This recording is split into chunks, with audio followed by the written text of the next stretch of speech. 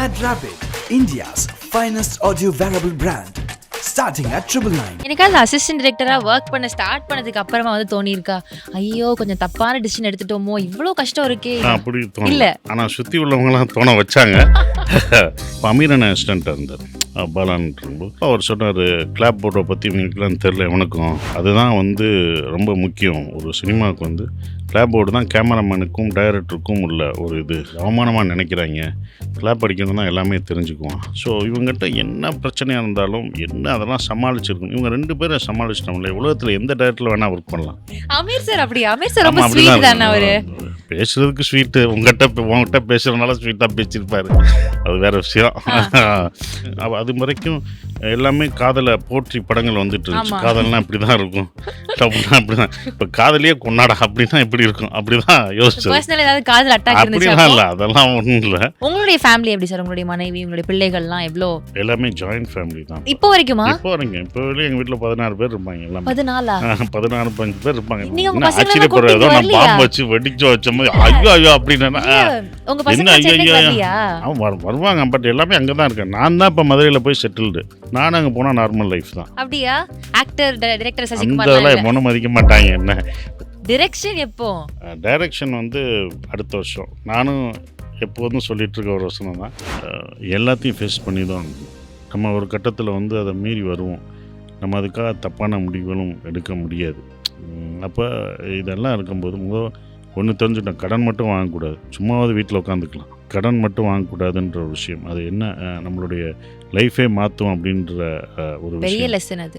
அது ஒரு விஷயம். அது நிறைய அந்த லெசனை கற்றுக்கிறதுக்கு நிறைய இழக்க வேண்டியது இருந்தது. அதே சமயத்தில் வந்து பிட்ரேயல்ஸ் நிறைய நடந்திருக்கும்ல சார்? இப்போ வரைக்கும் அதான் சொல்லுவேன். என்னை விட்டு போனவங்களாம் யோசிக்கும் போது என்ன யோசிப்பேன்னா, நான் நல்லா இருக்கும்போது நீங்கள் போயிருந்தேன்னா, நான் நல்லா இல்லாத போது நீங்கள் போகிறீங்கள, அதுதான் எனக்கு வருத்தமாக இருக்குது. ஏன்னா அப்படி போயிட்டீங்க, இந்த டைம் நீங்கள் போயிருக்கக்கூடாது. நான் நல்லா இருக்கும்போது நீங்கள் போனீங்க, ஒன்றும் இல்லை. பால் மகேந்திரா சாருடைய படம் வந்து நீங்கள் ப்ரொடியூஸ் பண்ணியிருப்பீங்க இல்லையா? ஃபஸ்ட்டு ஒரு ஆஃபீஸ்க்கு வந்தது தான் மெமரியாக இருக்கும். ஃபஸ்ட்டு இப்போ வந்து எங்களுடைய தலைமை ஆலமரம் அவர் பால் மகேந்திரா, பாலா, அமீர், நான். அப்போ நான் வெளியில் எல்லாம் வந்தோடனே என்னோடய ஆஃபீஸில் இருக்கவங்க என்ன கேட்டார், படம் எடுக்கணும்னு சொன்னாரா? இல்லைன்னு சொல்லு, நமக்கு லாஸு, அதில் வந்து இப்போ தான் இன்னொரு படம் எடுத்து வெளியில் வர்றோம், வேணான்னு சொல்லு அப்படின்னு சொன்னார். இல்லை நான் சரின்ட்டேன். ஏன் அப்படின்னு சொன்னாங்க. நான் சொன்னேன், நான் நேசித்த ஒரு மனுஷன் முத என் ஆஃபீஸ்க்கு வர்றாரு, நான் எப்படி வெறுங்கையோடு அனுப்புவேன்? அவரை நான் வந்து சந்தோஷமாக அனுப்புகிறது தான் நான் வாங்கின விருதே. சரி, நான் விழுந்துட்டேன், நான் சீக்கிரம் வந்துடுவேன், வாங்க சார் அடுத்த கதை பண்ணோம் சார், சீக்கிரம் எந்திரிச்சு வாங்க. நான் வெல்கம். நான் அந்த ஹாஸ்பிட்டல்லாம் சாக மாட்டேன். நான் வியூ ஃபைண்டரை பார்த்துட்டு கடைசி என்னோடய உயிர் அந்த வியூ ஃபைண்டரில் தான் போகும். என்னோடய உயிர் வந்து ஹாஸ்பிட்டலில் போகாது. காலமாக அவர் எடுத்துகிட்டு போயிடுச்சு. அது வந்து அந்த ஒரு படம் தான் பண்ணோம்.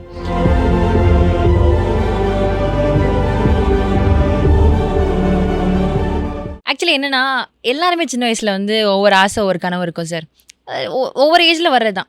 ஆனால் 7th ஸ்டாண்டர்ட் படிக்கிறப்போ நான் டிரெக்டர் ஆகணும் அப்படின்னு ஆசைப்பட்ட ஒரு பையன் அந்த கனவை சீரியஸாக எடுத்துக்கிட்டு அந்த ஃபீல்டை பர்சியூ பண்ணி ஒன்று பண்ணுறாரு அப்படின்றப்போவே 7ஆம் கிளாஸில் அந்த பையன் அப்படி யோசிச்சிருக்கான்ப்பா, அதை சீரியஸாக எடுத்திருக்கான் அப்படின்றதே ஒரு இன்ஸ்பைரிங்கான ஃபேக்டர் தான். ஸோ அப்படி வந்து நான் சொல்லிடலாம், அந்த மாதிரி ஒரு கனவு கண்டாரு, அது நிகழ்த்திட்டாரு அப்படின்ட்டு. ஆனால் இந்த ஜேர்னி வந்து ஈஸியாக இருந்திருக்காது இல்லை சார்? என்னதான் ஒரு வெல் ஆஃப் ஃபேமிலியிலேருந்து வந்திருந்தாலும், என்னதான் சப்போர்ட் உங்களுக்கு இருந்தால் கூட இந்த ஃபீல்ட் சூஸ் பண்ணுறதுக்கு அவங்க ஹாப்பியாக இருந்திருப்பாங்களா? இல்லை அவங்களுடைய ஸ்ட்ரகிள்ஸ் ஈஸியாக தான் வந்து டேக்கிள் பண்ணிங்களா அப்படின்ற ஒரு கேள்வி இருக்குல்ல, அதை எப்படி எந்த ஒரு முயற்சி உங்களுடைய வந்து இந்த கடைசியாக டிரெக்டர் அப்படின்ற ஒரு இடத்துல வந்து உங்களுக்கு நிறுத்துச்சு சார்? ஸ்கூல் படிக்கும்போது தான் ஃபஸ்ட் அந்த தாட் வந்தது. ஸ்கூலில் எப்படி இருக்குன்னா, எங்களுக்கு படங்கள் சாட்டர்டே அண்ட் சண்டே. அப்போ 2 நாள் வந்து இது நான் படித்தது வந்து கொடைக்கானல் செயின்ட் பீட்டர்ஸ் ஸ்கூல். அங்கே வந்து போர்டிங் ஸ்கூல், எல்லாமே ஹாஸ்டல். ஸோ அப்போ ஈவினிங் வந்து 2 நாள் வந்து படம் இருக்கும். ஒரு இங்கிலீஷ் படம், ஒரு தமிழ் படம் அப்படி இருக்கும். அப்புறம் அந்த படங்கள் பார்க்கும்போது நமக்கு அந்த ஆசை வந்தது, இவங்கெல்லாம் நடிக்கிறாங்களே, இவங்கெல்லாம் யார் இது பண்ணுறது? இவங்களை இயக்குறது வந்து ஒரு இயக்குனர், அவர் தான் சொல்லி கொடுப்பாங்க அப்படின்னது. அப்புறம் ஸ்கூலில் வந்து ப்ளே இதெல்லாம் போடுவாங்க, ட்ராமாஸ் இதெல்லாம் போடும்போது, அதுவும் பிகைண்ட் த ஸ்க்ரீன் நம்ம டீச்சர்ஸ்லாம் பண்ணுவாங்க பார்த்தீங்கன்னா, ஒரு இது பரபரப்பாக இருப்பாங்க. அவங்க நல்லா பண்ணணுன்ற ஒரு பரபரப்பு இருக்கும். அந்த பரபரப்பு எனக்கு பிடிச்சிருந்து அதை தான் பண்ணணும், அப்படி பண்ணணும், அதுக்குள்ளே போவோம் அப்படின்னு. ஸோ அப்போ நான் வந்து இது நம்ம டைரக்டர் ஆகணும் அடுத்து. அது எப்படி என்னெல்லாம் எனக்கு தெரியாது. அதுக்கு என்ன மாதிரி இது பண்ணணும், என்ன அதுக்கு எப்படி அசிஸ்டன்ட் டைரக்டராக இருக்கணும், அப்புறம் தான் டைரக்டர் அப்படின்லாம் எனக்கு தெரியும். ஆனால் டைரக்டர் ஆகணும் அப்படின்ற ஒரு எண்ணம் அங்கே வந்தது. எல்லாருமே ஒவ்வொருத்தவங்க ஒவ்வொரு விஷயத்த சொல்லும்போது நான் டைரக்டர் அப்படின்றது ஸ்கூலில் எல்லாருக்குமே தெரியும். அப்போ டைரக்டர் தான் கூப்பிடுவாங்க. ஓ அப்பயே அவர் டைரக்டர் அப்படின்றாங்க. ஸோ அப்பயே டைரக்டர் ஆழ் மனசுல எல்லாரும் சேர்ந்து பதிச்சிருக்காங்க. அப்படின்னும் போது அப்போ அவங்களும் அதை கூப்பிட்டோடனே அவங்க விளையாட்டு கூப்பிட்டாங்களா, கேலி பண்ணி கூப்பிட்டாங்களா, அதெல்லாம் உண்மை. பட் அது அந்த இதுதான் கடைசி நான் கொண்டு வந்து நிப்பாட்டுச்சுங்க. பிபிஏ பட்டதாரி எப்படி வந்து சினிமாக்குள்ளே வந்தார்? ஏன்னா சினிமாக்குள்ளே வரக்கூடிய ஒவ்வொருத்தங்களுக்கும் ஒவ்வொரு கதை இருக்கும். கும்பலாக சேர்ந்தாங்க, இந்த கிளம்பி வருவாங்க, இங்கே கஷ்டப்படுவாங்க அப்படின்னு ஒவ்வொரு ட்ராவல் இருக்கும். சில பேர் தனியாக வந்திருப்பாங்க. உங்களுடைய ஜேர்னி எப்படி இருந்துச்சு? சென்னை நோக்கி எப்படி வந்தீங்க? எப்போ வந்தீங்க? யார் உங்களுக்கு அந்த இனிஷியல் பீரியடில் ஹெல்ப்பாக இருந்தது? யார்?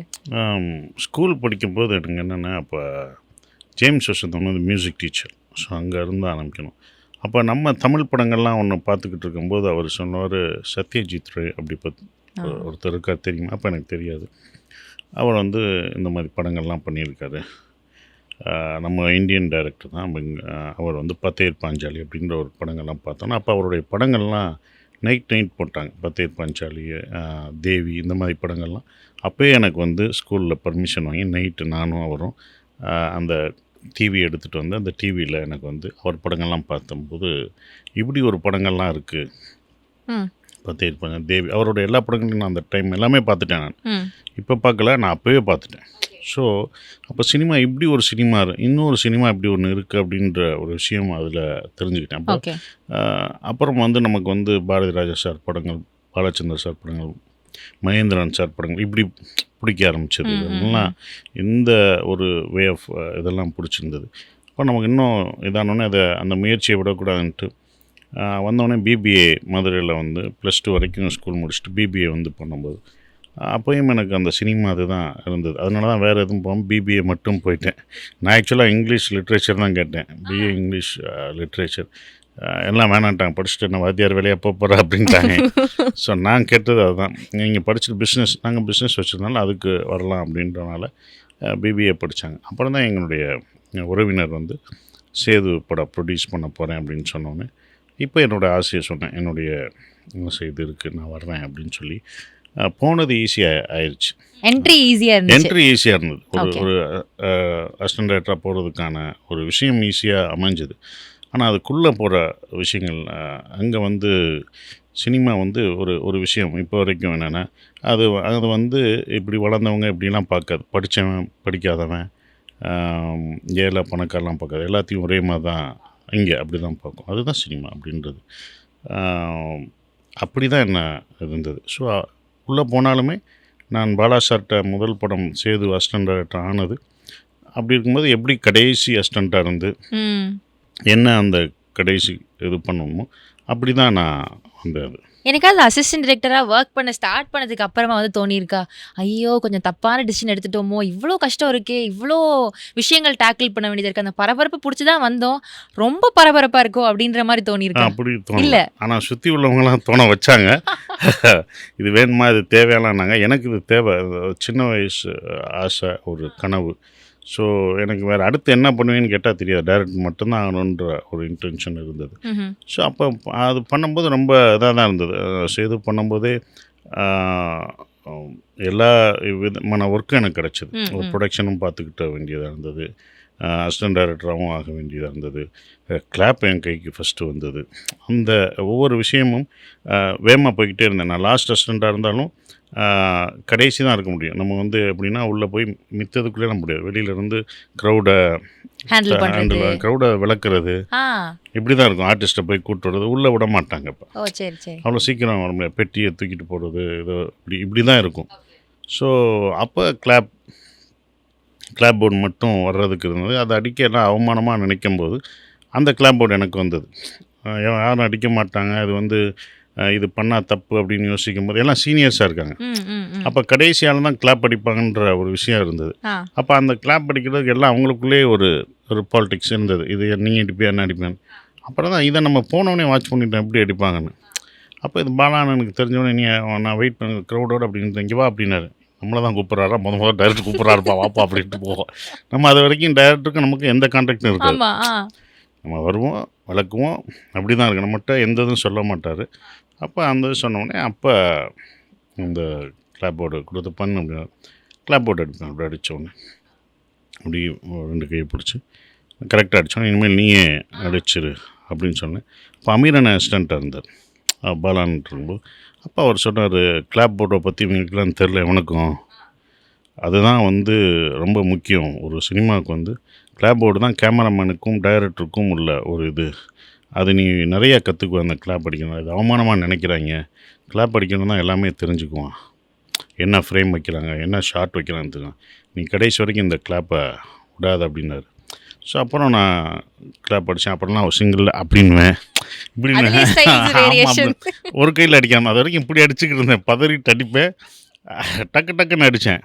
அடித்த உடனே அப்போ வந்து என்னென்னா ராண்டி சாரோட அசிஸ்டண்ட்லாம் இருப்பாங்க. அவங்க வந்து கேமராமேன் அசிஸ்டன்ட். இந்த கேமராமேன் அசிஸ்டண்ட்டுக்கும் ஒரு சின்ன ஒரு சண்டை மாதிரி இருக்கும். அது வந்து சீரியஸான சண்டை இருக்கா, ஒரு உரசல் அது ரேகிங் மாதிரி இருக்கும். அப்போ நம்ம புதுசில் என்ன ரேகிங் பண்ணுவாங்க. அப்போ கிட்டத்தட்ட ரேகிங் மாதிரி பண்ணுவாங்க. என்ன வந்துட்டு வந்து என்ன அவங்களுக்கு என்ன ஆயிடுச்சுன்னா, அப்போ செந்தில் இவங்கெல்லாம் இருப்பாங்க, தேவராஜ் அவர் அப்போல்லாம் அவங்க கேமராமேனாக இருக்காங்க. தேவராஜ்லாம் அவங்களாம் சங்கர்னு ஒரு பையன் தான். இவங்கெல்லாம் வந்து என்ன பண்ணுவாங்கன்னா, நம்ம ஒரு கையில் அடிக்கப்பட்டு என்னடா உடனே வந்தவொடனே சார் என்ன லஞ்ச் போடுறீங்க அப்படின்னோன்னா, நீ லஞ்ச் வந்தவொடனே கேட்குற, ஏன்னா புதுசாக வந்துங்க, நீ வந்து எத்தனை நாள் ஆச்சு அப்படின்னு வந்தவொடனே நீ கேட்பியா லஞ்ச் என்ன லஞ்சுன்னு இல்லைங்க, நான் பெரிய லஞ்ச் 100னா நான் சின்ன கிளாப் வைக்கணும், 40னா அவ்வளோ வைக்கணும் அப்படின்ற ஒரு விஷயம் இல்லை. நீ இப்போ ஏன்னா கேமரா டிபார்ட்மெண்ட்டை வேறு நம்ம தொட்டுட்டோம், அவங்களுக்கு கடுப்பாயிருச்சு. உடனே முடியாது அப்படின்னு சொல்ல அதிலே கடுப்புமே. இப்போ என்ன பண்ணேன், கிளாப் அடிக்கும்போது என்ன பண்ணுவாங்கன்னா என்னை வம்பிழுக்கிறது. அவங்க அந்த தான் அவங்களோட வேலையாக இருக்கும். இப்போ கிளாப் அடிச்சு நம்ம நின்று பார்த்துட்டு இருப்போம்ல, பின்னாடி தான் வச்சுட்டு அடுத்த ஷாட்டுக்கு ரெடியாக இருப்போம்ல. இவன் என்ன பண்ணுவான், கிளாப் அழிச்சிருவாங்க. அழிச்சிட்டாங்கன்னு வச்சுக்கோங்களேன், நம்ம ரெடி எப்படி ஒன்று அப்படின்னு வச்சா ஒன்றும் இருக்காது. தேட்டு திட்டுவா, ஏய் என்னடா ஒன்றும் எழுதலை, ஐயோ சாரி சார், இவங்களை காட்டியும் கொடுக்கக்கூடாது, அதான் ரூல்ஸு. அவங்கள காட்டி கொடுத்தா இவங்கள பக்கச்சிக்கிட்ட மாதிரி ஆகிடும். என்ன அவங்க பார்க்குறவன் இப்படி எங்களுக்குள்ளே போகும். இப்படி ஸ்டார்டிங்கில் அப்படி ஸ்லோவாக அப்படியே ஆனது தான். அப்படியே நிறைய பண்ணுவாங்க. திடீர்னு கையை பிடிச்சிட்டு விட மாட்டாங்க, அடிக்க விட மாட்டாங்க. கிளாப்பின் வாங்கலாம். அப்போ உடனே வரணும், நீங்கள் கையை அப்படின்ட்டு போய் அங்கே அடிப்போம். இந்த வேலையெல்லாம் ரொம்ப இதாக நடக்கும். அதுக்கப்புறம் வர தான் அதுக்கப்புறம் நம்ம டாமினேட் ஆகிட்டோம். அப்புறம் ஆனவுடனே எங்கள் அமீரன்னு நாங்கள் இதெல்லாம் கொஞ்சம் அடுத்த ஷெட்யூல் லாஸ்ட் ஷெட்யூலில் நாங்கள் தான் அவங்கள நாங்கள் வம்பிழுக்கிறது இப்படி ஆயிரும். அந்த மாதிரி ஆகும். அது அப்படி தான் ஆச்சு அது. ஓகே. ஸோ அது எந்த வேலை கொடுத்தாலும் அதை தெளிவாக செய்யணும், நல்லா திருந்த செய்யணும் அப்படின்ற மாதிரி நீங்கள் அந்த கிளாப் அடிக்கிறதுலேயே ஸ்டைல்ஸ்லாம் காமிச்சு ஒன்று மாஸ் பண்ணியிருக்கீங்க. Very nice. இப்போ என்னென்னா பாலா சார் கூட எடுத்த உடனே ஒரு நிறைய பேருக்கு வந்து ஆசை, நிறைய பேருக்கு ஒரு இன்ஸ்பிரேஷன். ஆனால் அதில் வந்து சஸ்டெயின் பண்ணுறது ரொம்ப கம்மியானவங்க தான் இருப்பாங்க சார். இது வந்து ட்ரூத். இது நிறைய பேர் நான் கேள்விப்பட்டிருக்கேன். 10 நாள் பாலா சார் கிட்ட ஒர்க் பண்ணிவிட்டு அதுக்கப்புறம் ஓடி போன நிறைய பேர் இருக்காங்க அப்படின்ற மாதிரிலாம். ஆனால் நீங்கள் த்ரூ அவுட்டாக இருந்திருக்கீங்க.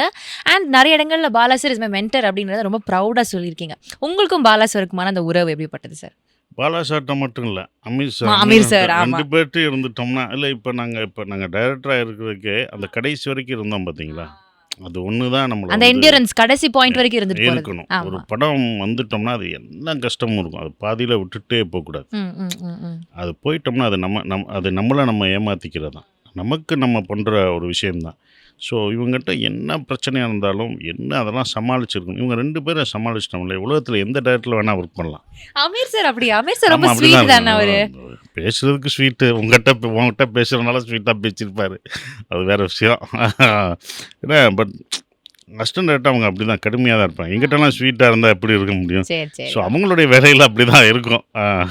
டிஸ்கால்மர் அப்படி மாதிரி போகிற மாதிரி தான் அது. ஓகே. அப்போ என்ன ஆச்சுன்னா எல்லாமே அவங்ககிட்ட ஒர்க் பண்ணும்போது இப்போ ராம் பண்ணும்போது பார்த்தீங்கன்னா இந்த பாலா சார்ட்டையும் அந்த மாதிரி அசிஸ்டன்ஸ் எல்லாம் போனவங்களாம் உண்டு. ராம்கிட்டையும் அப்படி தான். ராம் பண்ணும்போது பண்ணிங்கன்னா போஸ்ட் ப்ரொடக்ஷன் வரும்போது கடைசியில் எந்த அசிஸ்டண்ட்டும் இல்லை, நான் மட்டும்தான் இருந்தேன். ஓகே. ஸோ அப்போ எல்லாருமே போயிட்டோன்னே அப்போ நான் மட்டும்தான் எல்லா வேலையும் பார்க்குறேன். ஓகே. ஸோ அப்போ போஸ்ட் ப்ரொடக்ஷன் எல்லாம் பார்க்கும்போது இது எனக்கு கற்றுக்கிட்டேன் நான். அது ஒரு அட்வான்டேஜ் இது மாதிரி ஆயிடுச்சு அட்வான்டேஜ். உங்களுக்கு. இப்போ எனக்கு அடுத்த படம் பண்ணுறதுக்கு அது Easy ஈஸியாக ஆயிடுச்சு. இருந்தது. ஆ. நம்ம போய் அங்கே போய் பார்த்துட்டு இதுவா இதுதான் இதா அப்படின்லாம் நம்ம யோசிக்கணுன்ற அவசியம் இல்லை. இதெல்லாம் நமக்கு தெரியும், நம்ம இது பண்ணியிருக்கோம். அப்போ அவர் டப்பிங் முடிச்சுட்டு போனோடனே அடுத்து அவர் மிக்சிங் போவார், சவுண்டு இதுக்கு போவார், எஃபெக்ட்ஸ் போவார். அப்போ சவுண்ட் எஃபெக்ட் என்னென்ன குடிச்சிட்டு அவர் வர்றதுக்குள்ளேயும் நான் அங்கே போகணும். பைக் எடுத்துகிட்டு போய் அங்கே போய் பார்ப்பேன், இங்கே பார்ப்பேன், இப்படி ஒவ்வொரு இடமா இருக்கும். அவங்க எந்திரிக்கிறதுக்கு முன்னாடி நம்ம போகணும். 24 ஹவர்ஸ் எனக்கு ஒர்க் இருக்கும். அப்போ அவங்க தூங்க போனாலும் கரெக்ஷன் எல்லாம் பார்க்கணும். நான் பார்த்துட்டு அப்புறம் அவர் காலையில் வந்து பார்க்கும்போது கரெக்ஷனோடு நம்ம இருக்கணும் இல்லைலாம். ஸோ அப்போ நம்ம தான் மிக்சிங்னு இருக்கணும் எல்லா இதுலேயும். அப்போ போக முடியாத ஒரு இடத்துக்குள்ளலாம் இப்போ உள்ள நான் போயிட்ட ஒரு விஷயம், அது கற்றுக்கிட்ட ஒரு விஷயம். இவங்க எல்லாமே நமக்கு பாலா சார் வந்து நமக்கு சொல்லியெல்லாம் தர மாட்டார், நம்ம அப்சர்வ் பண்ணிக்கிறது தான். நம்ம வந்து வாடா அப்படின்லாம் சொல்ல மாட்டார். ஒரு அப்சர்வ் பண்ணிக்கிற அவங்ககிட்ட இருந்து நம்ம கற்றுக்கிற ஒரு விஷயம்தான். மேபி நம்ம தெரியாமலே அவங்ககிட்ட நம்ம கற்றுக்கலன்னு சொன்னாலுமே நமக்கு தெரியாமலே அது அடாப்ட் ஆகிடும், உள் வாங்கியிருப்போம். அது நமக்கு வரும். இப்போ நம்ம வீட்டில் நம்ம அப்பா மாதிரி இருக்குன்னு சொல்லுவாங்க. ஏன்னா அப்பாவை தான் நம்ம பார்த்துட்டு அவங்க அண்ணன் மாதிரி 2 அண்ணன் தம்பி 2 பேரும் ஒரே மாதிரி நடிக்கிறாங்க அப்படின்னு சொன்ன காரணம் என்னென்னா, நம்மளை அறியாமல் அவங்க கற்றுத்தரலாம் இல்லை நம்ம அவங்க கூடயே இருக்கனால அந்த இது நமக்கு அறியாமல் வந்துடும். ஸோ அப்படி தான் வந்திருக்கும்னு நான் நினைக்கிறேன். இப்போ நீங்கள் கற்றுக்கிட்ட விஷயத்த உங்களுடைய ஒரு படைப்பில் நீங்கள் வந்து இன்வெஸ்ட் பண்ணணும், ஒரு கதை எழுதணும் அப்படின்றப்போ நீங்கள் என்ன ஜான்ல வேணால் சூஸ் பண்ணியிருக்கலாம், என்ன கதை வேணால் எடுத்திருக்கலாம். ஆனால் முதல் படம் இதுதான் என் கதை அப்படின்னு நீங்கள் டிசைட் பண்ண அந்த ஒரு தருணம் என்ன? வந்து இவங்க பேரை கெடுத்துடக்கூடாது. நம்ம படம் பண்ணுறோம், பாலான்னு அமீர் அண்ணன் பேரை நம்ம கெடுத்துடக்கூடாதுன்னு ஒன்று இருந்தது. அப்போ அதுக்கு தகுந்த மாதிரி ஒரு படம் பண்ணணும் அப்படின்னு யோசிச்சுட்டு இருக்கும்போது என்ன கதை பண்ணலாம் அப்படின்னு யோசிக்கும்போது தான் எனக்கு வந்து ஒரு சின்ன நாட் கிடச்சி. ஒரு மதுரையில் ஒரு ரவுடிசத்தை பற்றி சொல்லலாம் அப்படின்னு. அது எங்கே வந்ததுன்னா, ஒரு லவர், ஒரு ஹீரோயின் ஹீரோவை கொள்கிறான். இதுதான் ஒரு நாட். சுப்பிரமணியபுரத்தோட கடைசி கிளைமேக்ஸ் அங்கே பிடிச்சேன். அதிலிருந்து தான் நான் ஃபஸ்ட்டு கிளைமேக்ஸ் தான் நான் இது பண்ணேன். கிளைமேக்ஸ் தான் எனக்கு வந்தது. எல்லாருக்கும் வந்து கிளைமேக்ஸ் வரும், எனக்கு கிளைமேக்ஸ் ஹீரோயின் வந்து ஹீரோவை கொள்கிறா, இதுதான் கிளைமேக்ஸ். எப்படி ஏன் அப்படின்னு போகும்போது தான் அந்த ரிவர்ஸில் நான் போனது தான் சுப்பிரமணியபுரம். இது ஏன், அப்போ 2 ஃப்ரெண்ட்ஸ் இருந்தாங்க அப்படின்றது வேறு ஒரு ஸ்கிரிப்ட் வச்சுருந்தேன். அது எழுதும்போது ரொம்ப ராவாக இருந்தது. இது வந்து இப்போ சொல்ல வேணாம், ரொம்ப ராவாக இருக்குது, அது கொஞ்சம் இது பண்ணுவோம் அப்படின்னு சொல்லி தான் அது வேறு மாதிரி மாற்றினேன் நான். அப்போ நான் ஆரம்பித்ததே கிளைமேக்ஸ் தான். கொல்லுவா அப்படின்னு குத்த முடியாது. ஏன்னா அது வரைக்கும் எல்லாமே காதலை போற்றி படங்கள் வந்துட்டு இருந்துச்சு. காதல்னா இப்படி தான் இருக்கும், அப்படின்னா அப்படி தான். இப்போ காதலியே கொண்டாடா அப்படின்னா எப்படி இருக்கும், அப்படி தான் யோசிச்சது. அப்படிலாம் இல்லை, அதெல்லாம் ஒன்றும் இல்லை. அப்படி ஒன்று நினச்சி ஒன்று பண்ணதான். இப்படி ஒரே டைப் போயிட்டு இருக்கும் போது ஒன்று யோசிப்போம்னா பிரேக், அந்த இது எல்லாமே காதல் பற்றி தான் வருது. லவ், காதல், புனிதமானது காதல் அப்படின்னு வந்துட்டு இருக்கும்போது ஒரு காதலியே காதலனை கொண்டானா எப்படி இருக்கும் அப்படின்ற ஒரு விஷயம் தான் கொண்டு போய் அப்படி யோசித்த ஒரு விஷயந்தான். அது ரவுடிசத்துக்குள்ளே போயிடுச்சு. நான் போய் கதை சொல்லும்போது எல்லாத்துட்டையும் சொல்லும்போது நான் அவங்ககிட்ட இதுலேருந்து எதிர்பார்க்கவே இல்லையே. நான் அவங்ககிட்ட வந்து ஒரு காலேஜ் சப்ஜெக்ட்டு, ஒரு கலர்ஃபுல்லான சப்ஜெக்ட், காமெடி சப்ஜெக்ட், இப்படி தான் எதிர்பார்த்தோம் அப்படின்னு தான் எல்லாருமே சொன்னாங்க. ஏன்னா நான் வளர்ந்த விதம் வேறு, எனக்கு அந்த ரவுடிசம் இதெல்லாம் தெரியாது, நான் பார்க்கல. அதெல்லாம் கேள்விப்பட்ட ஒரு விஷயந்தான். அப்போ வளர்ந்த விடம் கான்வெண்ட்டில் கொடைக்கானலில் ஒரு ஸ்கூலில் படித்தது, வீட்டை வளர்ந்த விதம் இப்படி, இது எப்படி போய் ஆப்போசிட்டாக பண்ணுறேன்ற ஒரு விஷயம் இருந்தது. அப்போ எல்லாருமே நான் அவங்ககிட்ட இதை எதிர்பார்க்கலன்னு தான் சொல்லுவாங்க. பட் நான் அந்த ஸ்கிரிப்டுக்கான ஒர்க் பண்ணி அதை தான் பண்ணேன். ஓகே, இப்போ இதில் நீங்கள் ஸ்கிரிப்டுக்கான ஒர்க்குன்னு சொல்கிறீங்கல்ல, ஏன்னா இப்போ நிறைய பேர் வந்து எடுக்கிற கதை வந்து அவங்க லைஃப்பில் நடந்த இன்சிடெண்ட்டாக இருக்கும், இல்லை அவங்க பார்த்த கதையாக இருக்கும். மோஸ்ட்லி அது வந்து ஒரு ஈஸி, அது நமக்கு பழக்கப்பட்ட விஷயம் தானே அப்படின்னு போயிடுவாங்க. ஆனால் இப்போ நீங்கள் சொல்கிற மாதிரி உங்களுக்கு அது என்னன்னே தெரியாது, அதுக்கும் உங்களுக்கும் சம்மந்தமே இல்லை, அந்த மதுரை கேங்ஸ்டர்ஸ்குள்ளே நடக்கிற விஷயங்கள்லாம் it is not a part of your life அப்படின்றப்போ அதுக்கான ரிசர்ச் எப்படி இருந்துச்சு? அது நம்ம தெரியாத விஷயத்த ஒன்று பண்ணும்போது நமக்கே ரொம்ப ஆர்வமாக இருக்கும். தெரிஞ்ச விஷயத்த அசால்ட்டாக லெஃப்டில் ஹேண்டில் பண்ணிடுவோம், அசால்ட்டாக ஆயிடுவோம். நம்ம இதனால் நமக்கு தெரிஞ்சது அப்புறம் என்னடா இருந்ததால் அவங்க வருவாய போவாய காதலிப்பாய் அப்படின்ற ஒரு விஷயம் நமக்கு தெரிஞ்சிடும். பட் வந்து நம்ம தெரியாத விஷயத்துக்கு நம்ம இன்னும் கேர்ஃபுல்லாக இருப்போம். இதை கரெக்டாக நம்ம செய்யணும், இதை தெரிஞ்சுக்கணும் அப்படின்னு. அது தெரியும் போது நமக்கு அது வேறு ஒன்று கற்றுக் கொடுக்கும், வேறு ஒன்று சொல்லும். இதிலிருந்து ஒன்று பிடிச்சி போகும்போது வேறு கதைகள் வரும், நமக்கு அது புதுசாக இருக்கும். கண்டிப்பாக நம்மளே எக்ஸைட் பண்ணுவோம், நம்ம எக்ஸைட் பண்ணுவோம் ஃபஸ்ட்டு. இப்படி இருந்தாங்களா, ஸ்டேஷன் இப்படி தான் இருக்குமோ, ரவுடிசம்னா நம்ம நினைக்கிற மாதிரி ரவுடிஸ்லாம் இல்லையோ, படத்தில் காமிக்கிற வெள்ளை சட்டை போட்டு வெள்ளை வேட்டி போட்டு எல்லாம் அப்படி யூனிஃபார்மாக இருக்கிற ஒரு விஷயம் அப்படின்ற மாதிரி. இப்போ வந்தப்போ கூட கோட்டு போட்டு இருந்தாங்க, கேங்ஸ்டர் மாதிரி இருந்தாங்க, அந்த மாதிரி இருக்காது அப்படின்ற மாதிரி இருந்தது. பார்த்தீங்களா, எனக்கே வந்து ஏதோ கேங்ஸ்டர் படத்துக்குள்ளே வந்துட்டோமோன்னு தான் இருந்தது. அந்த மாதிரி இருக்குமோ அப்படியெல்லாம் நம்ம நினைக்கிறது. ஆனால் இப்படி தான் இருப்பாங்க ஒரு ஆள்கள், இப்படி தான் இருக்கும், இப்படி தான் அப்படின்போது ஒன்று நம்ம யதார்த்தமாக சொல்லணுன்ற ஒரு விஷயம் இருந்தது. ஒரு யதார்த்தமாக அந்த கதையை எந்த கதை பண்ணாலும் அது சொல்லணும்னு நினச்சது. அப்படி தான் நான் வந்து தெரியாத ஒரு விஷயத்துக்குள்ளே நமக்கு ரொம்ப ஆர்வமாக இருக்கும். அதை தெரிஞ்சுக்கிட்டு, நான் தெரியாத விஷயத்தை தெரிஞ்சுக்கிட்டு நான் உங்களுக்கு சொல்கிறேன் அப்படின்னு தான் நான் அந்த கதையை பண்ணேன், சுப்பிரமணியபுரத்தை. அப்படி தான் அது வந்தது. அந்த ரிசர்ச் டைமில் வந்து ஏதாவது ஒரு பர்டிகுலர் இதெல்லாமா நடக்குது அப்படின்னு உங்களை ரொம்ப வந்து வியக்க வச்சு ஏதாவது ஒரு பர்டிகுலர் இன்சிடென்ட் இருக்குமா, இந்த மாதிரிலாம் நடக்குதா அப்படின்ற மாதிரி நீங்களே வந்து ஆச்சரியப்பட்ட? பகை உணர்ச்சி அது இப்போ வரைக்கும் நடக்குது. பழி வாங்குறது அப்படின்றது வந்து பல வருஷங்கள் ஆனாலும் அதை மனசில் வச்சுக்கிட்டு பண்ணுற ஒரு விஷயம் இருக்குது. அதில் சொன்ன மாதிரி தான் பழக்கத்துக்காகன்ற ஒரு விஷயம் இருக்குது. பார்த்தீங்களா, பழக்கத்துக்காக எதை வேணால் செய்வாங்க அப்படின்ற இது. இப்போ தான் அது பணத்துக்காக வந்து, பட் பழக்கத்துக்காக தான் அது அந்த விஷயங்கள் அப்போ பண்ண ஒரு விஷயம். இதெல்லாம் வந்து நமக்கு புதுசு புதுசாக தெரியும். ஜெயிலில் வந்து ரிமாண்ட் ஆகி போகிறது, கைதிகள் செய்யாத, அவங்களே கொலை பண்ணாததுக்கு அவங்களே இந்த குற்றத்தை ஒத்துக்கிட்டு போகிற ஒரு விஷயம், அவங்கள பயன்படுத்துகிற ஒரு விஷயம் இருக்குது. பார்த்திங்களா, அதெல்லாம் எனக்கு ஒரு ரவுடிசத்துக்குள்ளே அவங்கள இழுக்கிற ஒரு விஷயம்லாம் வந்து எனக்கு என்னடா இப்படிலாம் இருக்குது அப்படின்ற ஒரு விஷயம் இது. அதை படத்தில் நான் பதிவு பண்ணணும்னு நினச்சி தான். அந்த படத்தில் பார்த்தீங்கன்னா எப்படி பயன்படுத்தப்பட்டது, அவங்க பாட்டு அவங்க லைஃப்பை, இளைஞர்கள் ஒரு லைஃப்பை கலர்ஃபுல்லாக ஜாலியாக இருக்கிறவங்க அவரோட லைஃப் எப்படி வந்து மாற்றப்படுகிறதுன்ற ஒரு விஷயத்த சொல்லணும்னு நினச்சேன். அதெல்லாம் எனக்கு ரொம்ப இதாக இருந்தது. அதனால தான் அதை பயன்படுத்தும். இன்னைக்கு வரைக்கும் ஒரு கல்ட் கிளாசிக் தான். We all love it. இப்போ வந்து கதை எழுதிட்டீங்க, ஓகே. ஆனால் நீங்கள் நடிக்கிறதுக்கான நடிகரை தேடி போகிறப்போ அவரை சைன்லாம் பண்ணிட்டாரு, அதுக்கப்புறம் கொஞ்சம் நேரத்தில் கிழிச்சு கையில் கொடுத்துட்டாரு அக்ரிமெண்ட்டு அப்படின்றப்போ அது ஒரு ஹார்ட் பிரேக் தான். அதில் அது ஓகே, அது நம்ம அடிக்கடி சொல்ல வேணாம், அதை நான் யாருக்கும் சொல்லவே இல்லை. யாருன்றதெல்லாம் இல்லை சார், நான் ஐம் ஜஸ்ட் டெல்லிங், ஒரு விஷயத்தை நம்ம ஸ்டார்ட் பண்ணுறோன்றப்போ அந்த ஸ்டார்டிங்லேயே ஒரு முட்டுக்கட்டே ஒரு விஷயம் வருதுன்றப்போ, அது ஒரு படம் வந்து தான் அது முடிவு பண்ணும். ஒரு திரைப்படம் வந்து நான் எப்போதும் சொல்கிறது, கனியனை கூட நீங்கள் சொன்னது, அந்த படம் தான் யார் நடிக்கணும் யார் வேணான்றதை முடிவு பண்ணுறது நம்ம கிடையாது, நானோ அவங்களோ கிடையவே கிடையாது. அது என்ன பண்ணால் நம்ம இந்த கேள்விகளை கேட்கப்படும் போது, அது அப்போ நடந்துருச்சு, அது கேள்வி கேட்கப்படும் போது 2 பேருமே பாதிக்கப்படுறோம். நடிக்க முடியாதுன்னு சொன்ன அவரும், நடிக்க வேணான்னு சொல்லி முடிவுப்பட்ட 2 பேருக்குமே அது பாதிக்குது. இந்த கேள்வி வந்து நடிக்க மாட்டேன்னு சொன்னவங்களை பற்றியே கிடையாது. இது என்னன்னா, ஸ்டார்டிங்கே வந்து நம்ம ஃபர்ஸ்ட் டிரெக்ஷன் பண்ண போறோமே, அது இருந்தது. அப்ப அதை எப்படி ஓவர் கம், ஐயோ என்னப்பா இப்படி நடந்துருச்சு, இல்ல அப்பதான் நான் முடிவெடுத்தேன், இனிமேல் நம்ம பண்ணலாம் அந்த கேரக்டர் அப்படின்னு சொல்லி அப்ப முடிவு பண்ண ஒரு விஷயம் தான் அந்த டைம், அந்த மொமெண்ட், அந்த இது. அதுக்கப்புறம் தான் அந்த மொமெண்ட் நினச்சி நம்ம அதை பண்ணலாம். அப்போ இன்னொரு கேரக்டர் யார் பண்ண வைக்கலாம் அப்படின்னு தான் வண்டி திரும்பும்போது சென்னை 6,28,000 போர்டை பார்த்து அதில் ஒரு 12 பேர் இருந்தாங்க. இந்த 12 பேரில் ஒரு ஹீரோ கிடைக்க மாட்டாரா அப்படின்னு சொல்லி தான் அதை பார்த்தேன். எல்லாம் 12 பேரையும் பார்க்கும்போது அதில் ஜெய் எனக்கு பிடிச்சிருந்துச்சு. அப்போ ஜெய்யை வர சொன்னால் அவன் தாடி எதுவுமே வைக்கலாம் அம்மான்னு வந்தான். அவர் சாக்லேட் பாய் மாதிரி வந்திருப்பாரு. இப்படிதான் வந்தான், சாக்லேட் சாப்பிடாம மட்டும்தான் வந்தான், சாக்லேட் மட்டும்தான் சாப்பிடல, ஆனால் அவன் மட்டும் வந்தவன தான் என்னடா அவன் எப்படி இருக்கான், ஐயோ இவனை வேற பெருசாக சொல்லியாச்சு என்னன்னு. அப்புறம் சொன்னேன், நீங்கள் தாடி வளர்த்துட்டு வாங்க அப்படின்னு சொன்னேன். தாடி வளர்க்க சொல்லி அவன் வெயிட் போடணும்.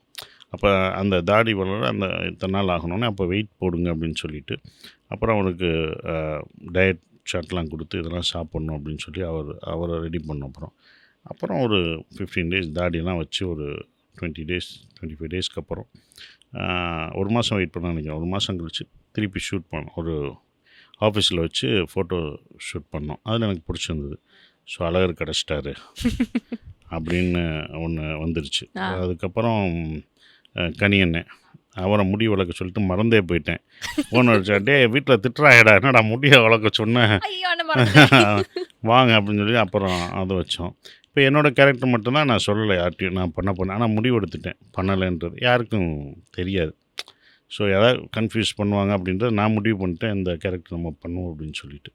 அப்புறம் ஷூட்டிங் போகிறதுக்கு முன்னாடி தான் வந்து நான் வந்து இந்த கேரக்டர் நான் பண்ணுறேன் அப்படின்றது எல்லாருக்குமே ரிவீல் தெரியும். பண்ணுறீங்களே அப்போ தான். தெரியும். இப்போ எனக்கு ரொம்ப பிடிச்ச ஒரு விஷயம் என்ன தெரியுமா சார், நீங்கள் சொன்ன இவ்வளோ நேரம் நம்ம பேசினதில் நான் முடிவு எடுத்துட்டேன் அப்படின்னா நான் அதில் வந்து I will stick to that அப்படின்னு சொல்கிறீங்கல்ல. மற்றவனா நான் குழப்புவான், கன்ஃபியூஸ் பண்ணுவான், நீ கிளம்பு உனக்கு இது செட் ஆகாதுன்னு சொல்லுவான், இல்லை இந்த கேரக்டர் நீ பண்ணாத வேணான்னு சொல்லுவான் அப்படின்லாம் சொல்கிறீங்கல்ல. அது நடந்திருக்கலாம், உங்களை மனசு மாற்றிருந்துருக்கலாம் மேபி. ஆனால் உங்களுடைய இதுதான் என்னுடைய தீர்மானமான ஒரு கோலாக இருக்குன்றதுல நீங்கள் பிடிவாதமாக இருந்தீங்கல்ல, அந்த தெளிவு எப்படி அந்த சின்ன பையனுக்கு இருந்துச்சு? முடிவெடுத்த தருணம் ஒன்று இருக்குது. சொன்னீங்களே எல்லாம் கிழிச்சு போட்டு ஆமா. அந்த இதில் போட்டோடனே அதில் ரொம்ப இதானோடனே இது இன்னொருத்தவங்ககிட்டலாம் கேட்க வேணாம், நம்மளே அதை முடிவு பண்ணிக்குவோம், நம்ம அதை பண்ணால் என்ன அப்படின்னு சொல்லி ஒரு முடிவு எடுத்துட்டேன். நம்ம தான் அதில் ஏன்னா நடிக்கணும்னு அது வரைக்கும் நான் யோசிக்கவே இல்லை. ஏன்னா நான் வந்து டைரக்டர் ஆகணும் தான் என்னோட அது. ஆனால் ஸ்கூலில் நடிச்சிருக்கேன். ஆமா, பிளேஸில் நான் ப்ளே வந்து நான் நடித்து தான் டைரக்ட் பண்ணுவேன். அது வந்து என்னோடய ஸ்கிரிப்டுக்கு நான் நடித்து அது அந்த பர்மிஷன்லாம் கொடுத்தாங்க ஸ்கூலில், நான் பண்ணி தான் பண்ணுவேன் அப்படின்ற ஒரு விஷயம். ஆனால் இங்கே வந்தோடனே இப்போ நம்ம முடிவு எடுத்துட்டோம், முதல் படம் கன்ஃபியூஸ் பண்ணுவாங்க அப்படின்ற ஒரு விஷயம்னால சொல்லலை. இது கடைசி வரைக்கும் யார் நாங்கள் அந்த பரமை யாருப்பா, பரமை செங்கல்பட்டு தாண்டோடனே வருவான்ப்பா பரமை அப்படின்பான். செங்கல்பட்டு தாண்டோடனே வருவான். அப்படி தான் வந்து செங்கல்பட்டு தாண்டோடனே இல்லை, மதுரைக்கே வந்துட்டா அப்படின்னு நானே தான் வந்துட்டேன். அப்போ முடிவெடுத்த ஒரு தருணம் இருக்குல்ல, நம்ம பண்ணுவோம், கன்ஃபியூஸ் பண்ணுவாங்க அப்படின்னும்போது அது வேண்டாம் அப்படின்றது அப்போ அந்த ஸ்ட்ராங்னஸ் இருந்தது. ஒரு டைரக்டராக அந்த கான்ஃபிடென்ட் இருந்தது. ஒரு டைரக்டராக என்ன ஆக்கலாம், மாற்றலாம் அப்படின்ற ஒரு நம்பிக்கை இருந்தது. ஸோ அந்த நம்பிக்கை தான் அதை வச்சது. அதே மாதிரி தான் ஜேம்ஸ் விஸ்வநாதன் மியூசிக்குன்றது நான் யார்ட்டையும் சொல்லலை. நீங்கள் ஆனால் சைல்ட்ஹுட்டில் ஸ்கூலில் பேசிக்கிட்டது இல்லையா? ஸ்கூலில் இருக்கும்போது எனக்கு இதெல்லாம் காமிக்கும்போது அவர் இந்த படங்கள்லாம் காமிச்சு, ஓ இந்த உலக சினிமா, இந்தியன் சினிமாலாம் காமிக்கிறாரே இந்த மனுஷன், இவரோட ஒரு படம் பண்ணலாம் அப்படின்னு சொல்லிட்டு, சார் நான் அடுத்து டைரக்ட் பண்ணால் நீங்கள் தான் சார்.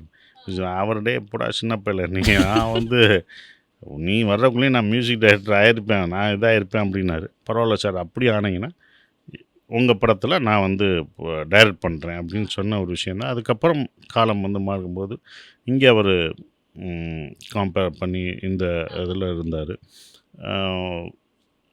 இதில் இருந்தார் டிவி சேனல்ஸில். அப்படி இருக்கும்போது எல்லாருக்குமே அவர் அப்படி தான் தெரியும், அவர் மியூசிக் டைரக்டர்னே தெரியாது. நான் ஒரு நாள் பண்ணும்போது இன்னும் மியூசிக் பண்ணுறீங்களா அப்படின்னு சொன்னேன். அவரை மீட் பண்ணும்போது அவரோட வீட்டுக்குள்ளே ஸ்டுடியோ இருந்தது. இன்னும் நீங்கள் அந்த இதில் இன்ட்ரெஸ்ட்டாக இருக்கீங்க சார். ஆமாம் அப்படின்னாரு. சரி அப்படின்னு சொல்லிவிட்டு ஒரு படம் பண்ண போகிறேன், வேறு ப்ரொடியூசர் தான் சொன்னேன், நீங்கள் ஒரு சாங் கொடுங்கன்னு. திருவிழா சாங், மதுரை குலுங்க குலுங்க, அந்த சாங்கை தான் வந்து ஃபஸ்ட்டு இது பண்ணேன். ஆனால் அதுக்கான காரணம் எதுவுமே சொல்ல, திருவிழா சாங் அப்படின்றத மட்டும்தான் சொல்லிட்டேன். என்ன இதெல்லாம் சொல்லலை, திருவிழா சாங் நீ பண்ணிட்டு வா அப்படின்னு சொன்னேன். ஏன்னா ஓப்பனாக விட்டுட்டேன், நம்ம எதையும் ரெஸ்ட்ரிக்ட் பண்ண வேணாம் அப்படின்ற ஒரு விஷயம். ஸோ அவங்ககிட்டருந்து ஒன்று வரும்ல, அதுக்காக தான் அந்த இதை வெயிட் பண்ணி பண்ணட்டும் அப்படின்ற விஷயம். ஸோ அப்போ அவர் ஒன்று இப்படி நான் இந்த மாதிரி கேட்குறேன் சார் இப்படின்னு கேட்டோடனே அந்த சாங்கவே அவர் மாற்றி எனக்கு கொடுத்தார். முதல் திருவிழா சாங்கிறது ஒரு ஐட்டம் சாங் மாதிரி இருந்தது. ஓ நான் இப்படி எடுக்கவில்லையா, அப்போ எப்படின்னு சொன்னா தான் தெரியும், இப்படி இல்லை அப்படின்னு அவர் கடுப்பாயிட்டார். எல்லாமே கடுப்பாகிறாங்க. யுகபாரதி அதுக்கு மேலே கடுப்பா, என்ன நீங்கள் எதுவுமே இல்லை, நான் நினச்சது வேறு, நான் நினைக்கிறேன் நான் நினச்சதுக்கு இவங்க வர்றாங்களான்றதை யோசிக்கிறேன், ஆனால் சொல்ல மாட்டேன். அதுதான் அவங்களுக்கு கொடுக்கப்படுற டாஸ்க்கு, ரொம்ப கஷ்டமான விஷயந்தான் அதுவும். இப்போ வரைக்கும் அதை சிரித்து பேசுவோம். அப்போ ரொம்ப கடுப்பில் தான் பேசினாங்க அவங்க, இப்போ அது சிரித்து காமெடி ஆகிடுது. அப்போ 2 பேருமே கடுப்பா, என்ன நீங்கள் என்னை கூப்பிட்டு வந்து இதில் யுவபாரதி வேறு தூக்கிட்டு போயிட்டேன் அவரோட இடத்துக்கு, அவரும் எழுதுகிற என்ன தலைவரை எனக்கு இப்படி வேணும்னு. அப்புறம் தான் அவங்க சொன்னோடனே நான் நினைக்கிறது இது இல்லை, இந்த மாதிரி ஒரு திருவிழா ஸ்ட்ரீட்டில் போகும் அப்படின்ற ஒரு விஷயத்த நான் பிளான் பண்ணி வச்சுருந்தேன் அப்படின்னு. அதுக்கப்புறம் தான் அந்த மதுரை குலுங்க சாங்கு வந்தது. ஓகே, அப்படி தான் நீங்கள் 2 பேரும் கொலாபரேட் பண்ணி ஒர்க் பண்ணுறீங்க. அப்போ யார்ட்டையுமே சொல்லலை நான், ஜேம்ஸ் விஸ்வநாதன் தான் மியூசிக்குன்னு. கண்கள் சாங்கை கொண்டு போய் நான் ப்ளே பண்ணுறேன். எங்கள் ஆஃபீஸில் எல்லாம் நல்லா இருக்கு அப்படின்னாங்க. எல்லாம் என்னோடய கேமராமேன், நான் டேரக்டர், யாருக்குமே எங்கள் டீமில் தெரியாது யாருங்க மியூசிக், நியூ மியூசிக் டைரக்டர். மறுபடியும் எனக்கு குழப்பிடுவாங்க, இவர் இப்படி பண்ணுவாரான்னு கேட்பாங்க. ஆனால் அவர் பேரை சொல்லிட்டோம்னா அந்த பேர் தான் அவங்களுக்கு போகும். அப்போ பாட்டு அந்த ஒர்க் அவங்களுக்கு நிற்காது. இவரா அப்படின்றது அங்கேயே உங்களை பிடிக்காம போயிடும். அப்போ என்ன தான் பண்ணாலும் உங்களை சாட்டிஸ்ஃபை பண்ண கன்வின்ஸ் ஆக மாட்டாங்க. இதுதான் மனிதோட இயல்பான ஒரு விஷயந்தான். அப்போ எல்லாருக்கும் இப்படி இருக்குன்றதுனால பேர் சொல்லலை. பேர் சொன்னால் புது மியூசிக் டேரக்டர்னா நீங்கள் ஏதாவது இமேஜின் பண்ணிக்கோங்க, அந்த புது மியூசிக் இப்படி இருப்பார், இந்த வயசில் இருப்பார், எப்படி வேணால் யூஸ் பண்ணி. ஆனால் மியூசிக் தான் உங்களுக்கு முக்கியம். மியூசிக் டைரக்டர் கிடையாது. அப்போ பாட்டை மட்டும் கேளு. யாருன்னு கேட்டேன். உனக்கு மியூசிக் தானே, பாட்டு தானே முக்கியம், பாட்டு வந்துருச்சு கேளு அப்படின்னா. கேட்டோன்னே எல்லாருக்கும் பிடிச்சிருந்தது. அப்புறம் நாங்கள் அங்கே காலையில் டெய்லி அங்கே ஷூட் பண்ணும்போதும் போடும்போதும் யூனிட்டில் எல்லாருமே ரசித்தாங்க. யூனிட்டில் உள்ள எல்லாருமே லைட்மேன்லேருந்து, சார் நல்லா இருக்குது பாட்டு, ரொம்ப நல்லா இருக்குங்க. அப்போ அவருக்கு ஷேர் பண்ணேன், சார் பாட்டு நல்லா இருக்குன்றாங்க, எல்லாருமே நல்லா இருக்குன்றாங்க, இவர்கள் தான் முதல் ரசிகர்கள், எல்லாருமே நல்லா இருக்குறாங்க. அங்கே யாராவது பாட்டு கேட்பாங்களே, ஜனங்கள் கேட்கும்போது ஷூட் பண்ணுவோம், நல்லா இருக்குங்க பாட்டு கண்கள்னு சொல்லும்போது, இது இப்படி தான் நான் பண்ணுவோம். ஆடியோ ரிலீஸ் அப்போ தான் அவர் பேரே நான் போட்டேன். போடும்போது தான் ஜேம்ஸ் விஸ்வநாதன் மியூசிக்னு, இவர் மியூசிக் பண்ணுவாரான்னு அப்போ கேட்டேன். அப்படி தான் வந்தது. ஓகே. ஆனால் ஆக்சுவலி உங்களுடைய கான்ஃபிடன்ஸ் சூப்பர் சார். எல்லாருக்குமே இந்த கான்ஃபிடன்ஸ் தான் நல்லா இருக்கும்னு நினைக்கிறேன். இது என்னப்பா வேணும், இது கொடுத்துடலாம் அப்படின்ற மாதிரி ஒரு கான்ஃபிடன்ஸ். எஸ். இப்போ என்னன்னா, ஒரு சூப்பரான படம் ஹிட்டு கொடுத்தாச்சு, எல்லா பட்டி தொட்டியெல்லாம் பறந்தாச்சு. வீட்டில் என்ன ரெஸ்பான்ஸ் கிடைச்சது? டெல்லிக்கு ராஜானாலும் பள்ளிக்கு புள்ள தான் அப்படின்பாங்க. நீங்கள் என்னன்னாலும் வீட்டில் அதே ஊரில் அதே கிராமத்தில் அப்படி தானே இருக்க முடியும். நம்ம அங்கே எல்லோரும் சந்தோஷப்பட்ட ஒரு விஷயம் தான். என்னோடது ஜாயின்ட் ஃபேமிலி. எங்கள் அம்மா அப்பா எல்லாமே மனைவி எல்லாருமே சந்தோஷப்பட்ட ஒரு விஷயமா தான் இருந்தது. கல்யாணம் அப்போவே ஆயிடுச்சா உங்களுக்கு? அப்போ தான் ஆச்சு எனக்கு. ஓ, ஃபர்ஸ்ட் படத்தப்போ married. Okay okay okay. So எல்லாருமே இல்லாட்டினா நான் வந்து படம் பண்ணும்போது ஹீரோயினை கல்யாணம் பண்ணியிருப்பேன் நான். அப்படி தான் சொல்லுவேன் நான். யூஸ்வலாக எங்கள் வீட்டிலேயே சொல்கிறது, நான் வந்து முதல் படத்தில் ஹீரோயினை இன்ட்ரடியூஸ் பண்ணி கல்யாணம் பண்ணிடணும் அப்படின்னு நினைப்பேன். இப்படி தெரிஞ்சு தான் முன்னாடியே கல்யாணம் பண்ணிட்டாங்க அப்படின்ற மாதிரி இருக்கும். அப்படி தான் இருந்தது. ஸோ அப்போ வீட்டில் எல்லாருக்குமே வந்து சந்தோஷம், எல்லாருமே ஹாப்பி இது பண்ணது. ஆனால் யாரும் சினிமா பற்றி ரொம்ப இப்போ வரைக்கும் பேசிக்கிறது இல்லை. ஸோ இங்கே வந்தால் தான் நம்ம வந்து நமக்கு வந்து அந்த சினிமாவில் ஒர்க் பண்ணுறோம், டைரக்டர் ஆக்டர் அப்படின்றது. ஊருக்குள்ளே போயிட்டால் நார்மலான ஒரு பர்சன் ஊரில் எப்படி இருப்போமோ அதே மாதிரி தான் இப்போ வரைக்கும் இருக்கும். இப்போ என்னன்னா, ஒரு சூப்பரான படம் கொடுத்தாச்சு, அதை விட நீங்கள் தான் ப்ரொடியூஸ் பண்ணுறீங்க. அடுத்தடுத்து நீங்கள் வந்து இயக்குனராக இருக்கிறப்போ கதைகள் அப்ரோச் பண்ணுறீங்க, ப்ரொடியூசர்ஸ் அப்ரோச் பண்ணுறீங்கல்ல சார், அந்த ஜேர்னி எப்படி இருந்துச்சு? ஏன்னா நிறைய டிரெக்டர்ஸ் வந்து டிஃப்ரெண்ட்டான கதைகள் வச்சுருக்காங்க அப்படின்னா ஈஸியாக பெரிய பேனரில் வந்து அப்ரோச் பண்ண முடியல, அவங்க நம்ம கதையை எடுத்துக்க மாட்டேங்கிறாங்க, அவங்களுக்கு நம்மளுக்கான ஸ்பேஸ் கொடுக்கல அப்படின்ற ஒரு அக்யூசேஷன் இப்போ இருக்குது ரீசெண்டாக. முன்னாடிலேருந்தே இருக்கலாம். நீங்கள் அதை ஃபேஸ் பண்ணியிருக்கீங்களா? ஏன்னா முதல் படத்துலேயே நீங்கள் தான் நானே, ஏன்னா எனக்கு தெரியும் இந்த கதையை நான் போய் சொன்னால் அவங்களுக்கு புரிய வைக்க முடியாது. பீரியட்னு சொல்லணும். அப்போவே பீரியடு, நியூ ஃபேஸு, அப்போ எல்லாமே நானும் புதுசு, ஆர்டிஸ்ட்டும் புதுசு அப்படின்னும்போது அப்போ எல்லாமே வந்து யோசிப்பாங்க. அப்போ இதை நான் தான் பண்ணணும் அப்படின்ற ஒரு முடிவுக்கு வந்துட்டேன். டீம் ஒர்க்கில் அமீர் அண்ணன் பண்ண வைக்கிறேன், நான் பண்ணி அவங்க பேனர் யூஸ் பண்ணலான்னு நினச்சேன். அமீர் அண்ணன் பேனர் எடுத்துகிட்டு நம்ம பண்ணலான்றத முடிவுக்கு வந்துட்டேன். அதுக்கப்புறம் நானே கம்பெனி ப்ரொடக்ஷன் அப்படின்னு ஸ்டார்ட் பண்ணி ஃபஸ்ட்டுலே நான் முடிவு பண்ணிட்டேன். ஏன்னா இந்த கதையை வந்து சொல்ல முடியாது. அப்போ அமீர் அண்ணன் கூட சொல்கிறாரு, ஏன் நீ 4 ப்ரொடியூசரை பார்க்கலாமா, நீ ஏன் ப்ரொடியூஸ் பண்ணுற அப்படின்லாம் சொன்னார்.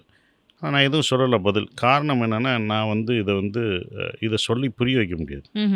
இப்போ படம் ஜெயிச்சனால அதை நான் என்ன சொல்ல முடியும்? இது ஒரு பழி வாங்குற கதைன்னு தான் சொல்ல முடியும். இது கதையாக சொல்ல முடியாது. ஒரு கதையாக சொல்லணும்னா நார்மலாக தான் இருக்குது இப்படின்ற ஒரு விஷயம். அப்புறம் நம்பி வரணும், இதுக்கான பீரியட் ஒர்க் இருக்குது, அந்த இதெல்லாம் இருக்குது, இதுக்கான விஷயங்கள்லாம் சேர்க்கணும் அப்படின்ற ஒரு விஷயம் இருக்குது.